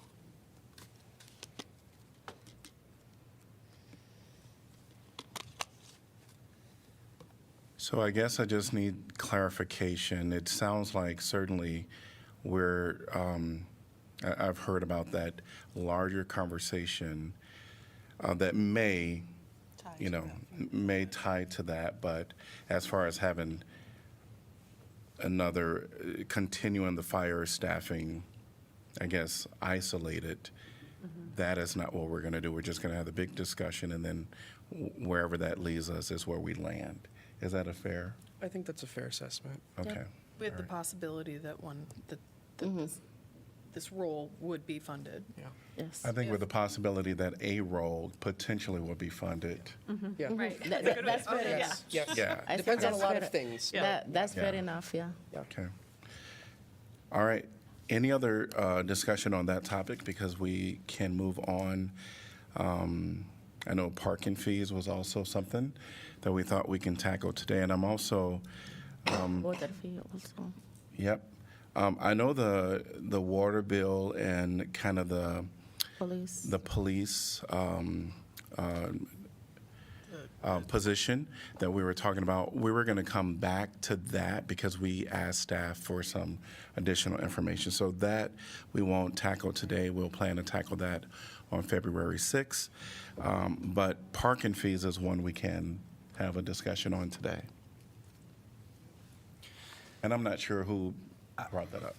Maybe I can just give you a quick recap on what the recommendation is and how much each kind of component creates, and understand that these are estimates based on current usage. There is elasticity of demand that, we haven't really kind of factored in, but the more you raise prices, the less utilization there may be. But so it's kind of a three-tier increase. We were looking at increasing the cost of hourly parking in the ramps. You go there, you park for 2 hours, the ramps would all go to $2 per hour. Right now, we have ramps that are $1 per hour and ramps that are 75 cents per hour. They would all be equal at $2 per hour with first hour free. That proposal from staff generates $2.1 million estimated annually. Can I say that again, please? $2.1 million. If you increase it from what to what? Right now, the ramps are either 75 cents an hour. We have 2 at 75 cents an hour, and we have 4 at $4 an hour. $1. I'm sorry, $1 an hour. $1 an hour. And Yes. is that after the first hour free that It's we have? after first hour free. We would maintain first hour free. Okay. So if people change their parking habits a little bit, those numbers could be a little off, but 2.1 million is based on current utilization. 2.1 million total or 2.1 million additional from what it is currently? Additional. If we make it Just- $2, is it? $2 per hour, yes. Just this one component of the change. Just this one. Just for the parking ramps. Yep. So of all the proposals, that is the most impactful. Somebody mentioned this about kind of the transportation background. What you want to be careful is you don't want to make your decks more expensive than your on-street, right? Your premium parking needs to be, you need to pay a premium for your premium parking. So as you push that deck rate up, you really should look hard at moving those meters up, which we've done in our proposal. So the meters, we have 3 tiers of meters.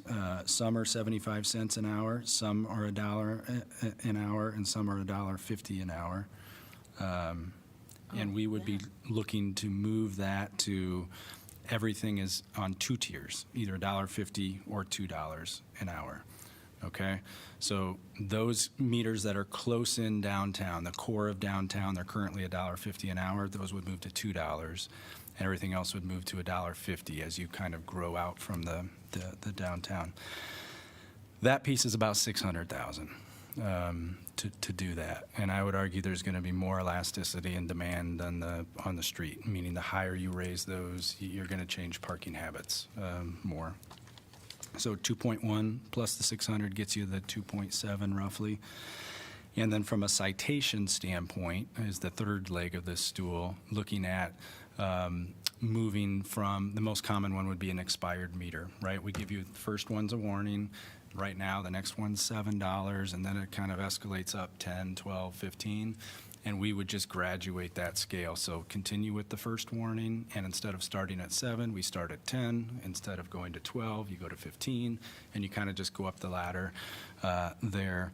That's a less impactful change financially, but I think is important just for the overall operations of the parking system.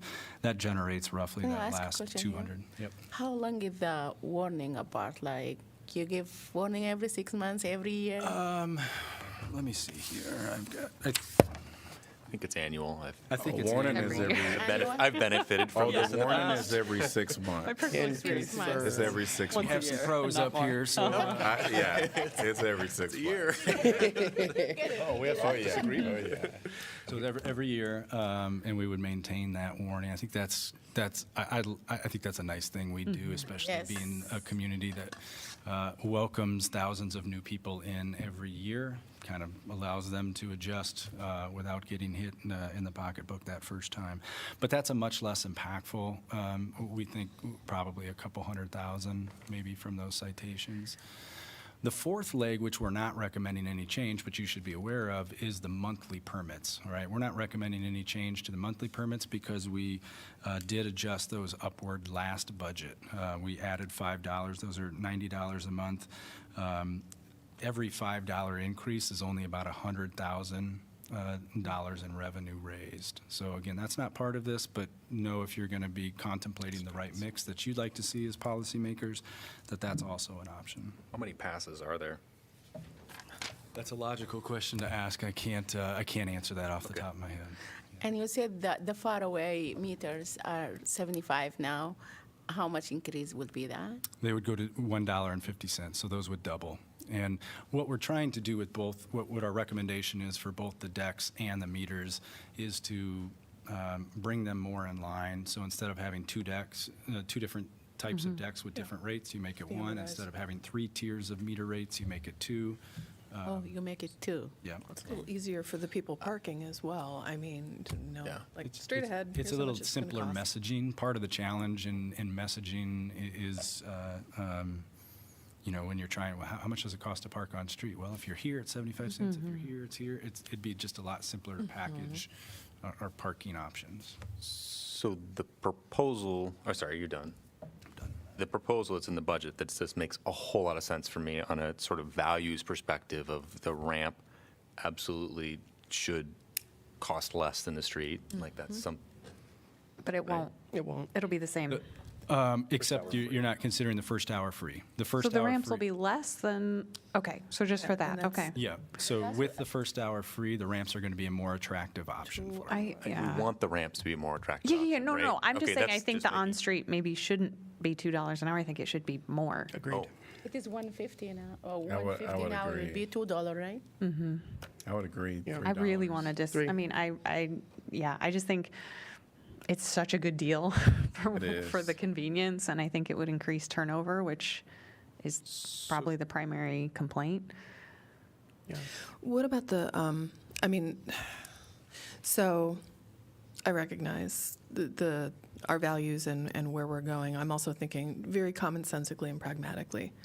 To come to downtown, sometimes not to be a tourist, not to shop and eat, but say, stop at the library, drop your books off, but all of those are done. So you need like 15 minutes tops, right? And all the parking around there would get up to $3 for a minimum hour. You're not allowed to put in money for parking meters around downtown. Is clearly stated. The minimum that you pay for an hour, even if you're only there for 10 minutes. So if it goes up to $3 an hour, There's a ramp half a block from the library. to drop off books And if and you- be in and out in 10 minutes, now you've created like close to a There's 25-minute. a bunch of spots right there that are free. If you put coins in, you can get less than an They're, hour. they're, Megan did it. I do this all the time. I like the library, the turnover, yes, they're very popular, but I'm Either saying, take your chance or you pay your $3. No, but Megan, don't we have, the library have like those? Or take a free 15 bus. they have one, no, To they don't have drop 15 off. minutes. They have They a whole don't, bunch they of don't 20 turn minutes over in 20 minutes. They say they should, they don't. Maybe that's where the citations come from. I'm not arguing at all with saying, like, I agree with the recommendations. I'm merely putting in a certain amount of, like, before we all just go, yay, there are some instances in which people want to do some errands where it's like a zip in and zip out, and it's taking half an hour to find somewhere to park, somewhere to do a 5-minute errand. And I'm just saying, $3 to do a 5 to 10 minute errand is something that maybe there could be like one small bank that could help. Of where there's parking, where that could be premium, and it is. It's quick turnover, and if it doesn't happen, man, there's a citation and it's not a warning. I don't know, but I'm just saying that's. We also want I to, really can understand what you're saying, Megan, but sometimes even if we said the parking by the library should be less, but all the time the other people who are not going to the library will be parking there forever, unless we just said this is for the library use only. Something like that, whatever. But this is not going to help if we just make the whole meters less because of the library. but we No, really no, want to listen. No, incentivize. I see your point fully. We want to incentivize changing people's behavior. And I think the driving downtown and stopping somewhere for 5 minutes or, scooping the loop for 20 minutes to look for a spot is what we're trying to disincentivize. So I think, you consult, like if we want to minimize the number of vehicle trips, right? Then we can do that financially. We can say, well, you're not just going to go to the library. You do need to plan more, so it's worth the $3 because you're going to be doing multiple errands instead of just that one thing. Or, as someone who's shifted from driving to busing and biking, like it takes a change in how you think about coming into the central business district and how you think about, what am I going to do when I'm there? And I think for our library in that spot, we really should be disincentivizing the zip in with your car and zip out. Can you talk a little bit, I just wanted to get a sense, the best I could, so I talked to, of course, the downtown district about how are the downtown businesses feeling about this, and what do they know about it, and how do they feel about it?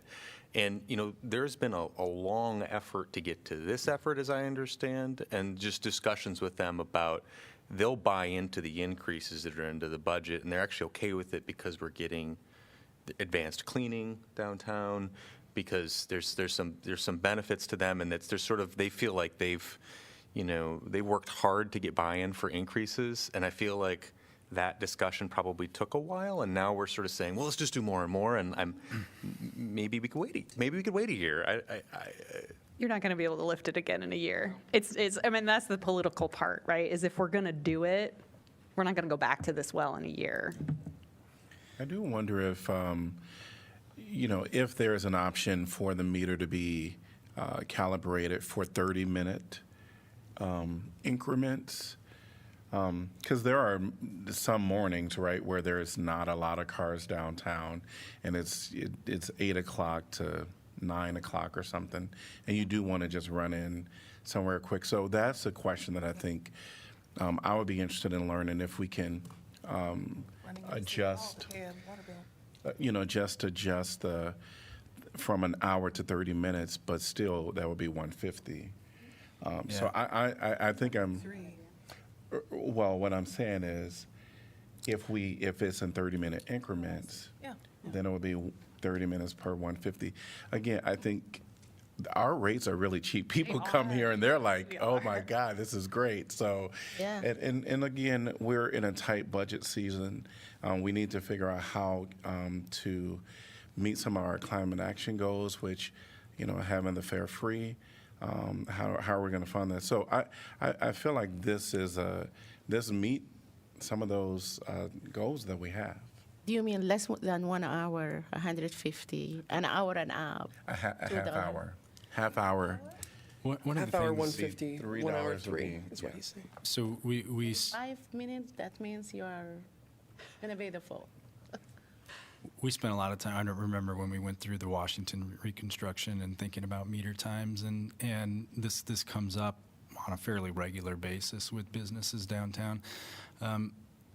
Every business would program those meters a little bit differently if it were up to them, right? You might have a bank or a law firm that may rely more on quick in and outs than, say, a restaurant. If you're going to go to lunch, we hear from a lot of the restaurants that say, boy, it'd be nice to have an hour and a half. Like, that hour is just a little too short.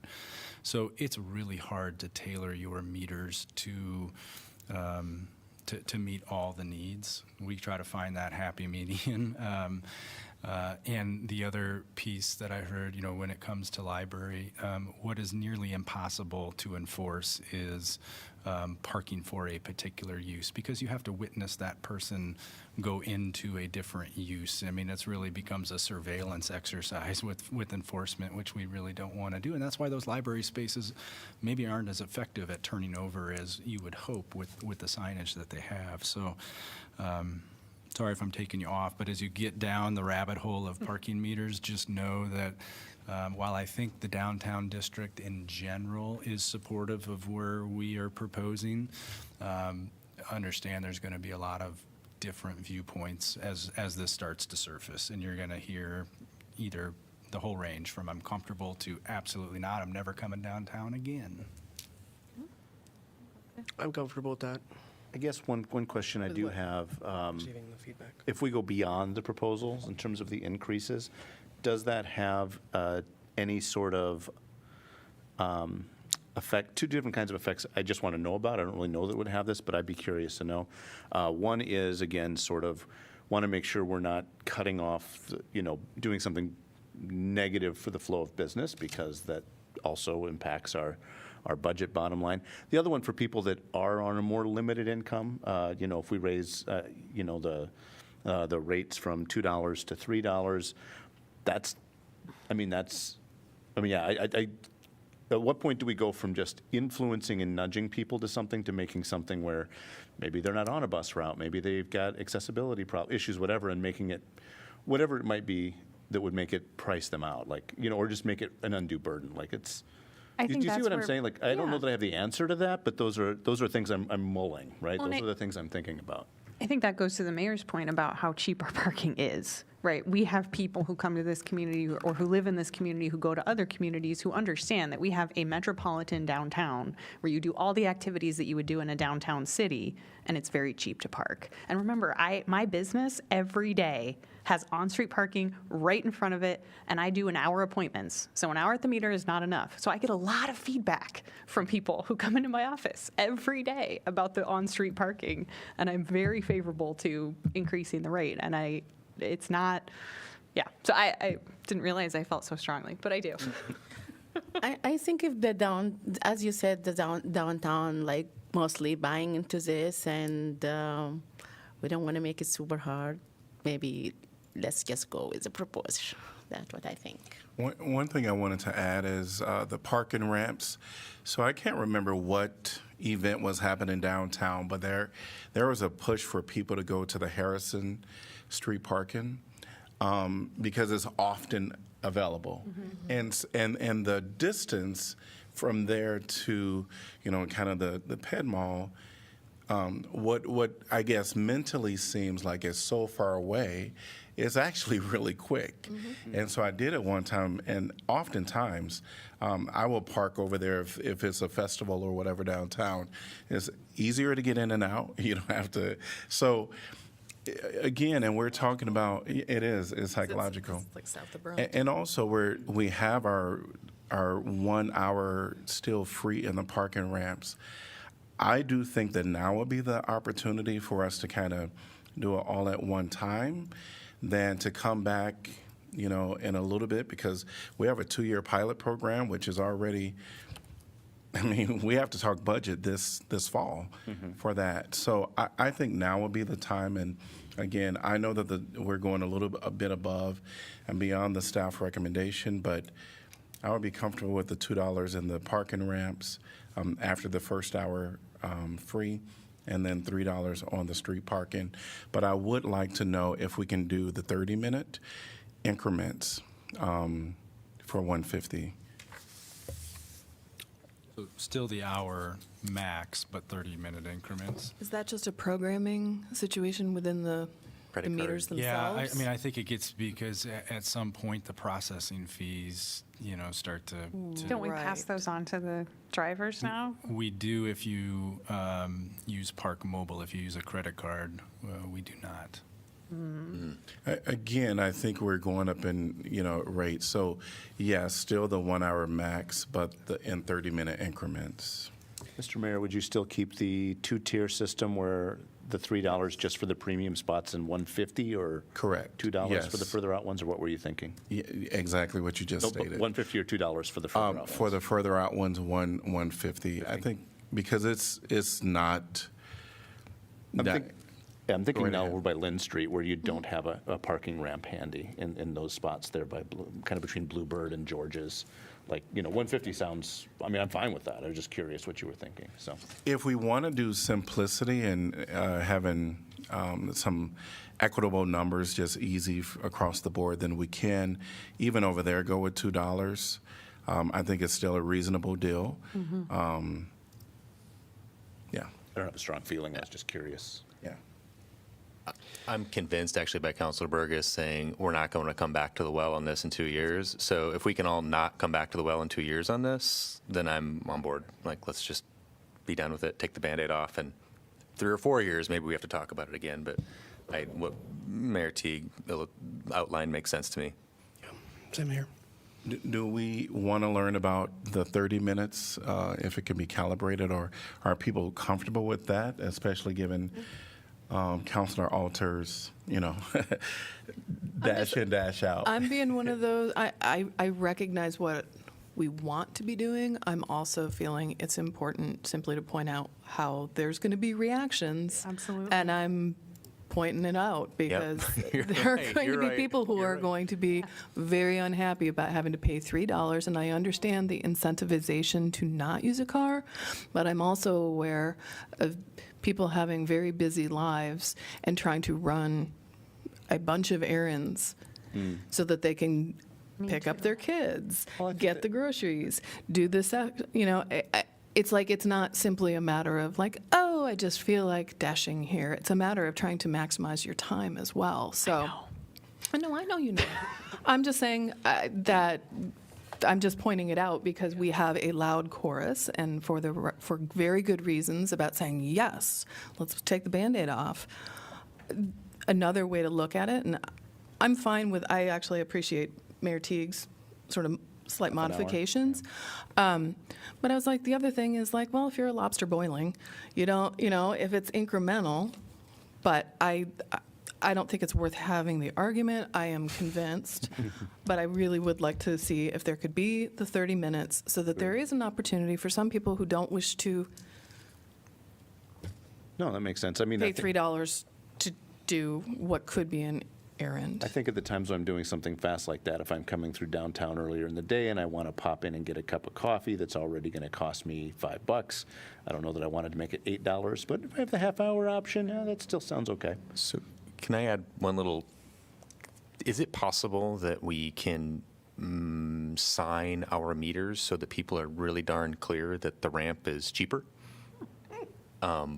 Whenever That's free at one the of the ramp. things I think we keep coming back to is we just want people to drive right to the ramp. Yeah. And like you said, leave the premium spots for people who are willing to pay the premium.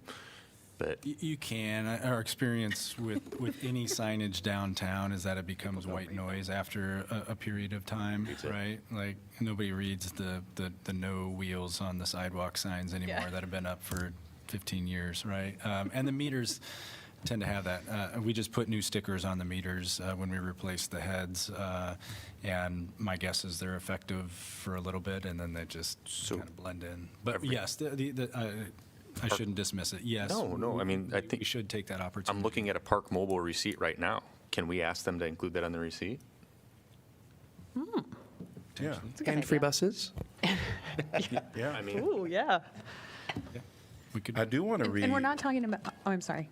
We're not talking about changing the hours of enforcement, correct? Correct. So just everyone remember, it is free to park on the street downtown after 6 p.m.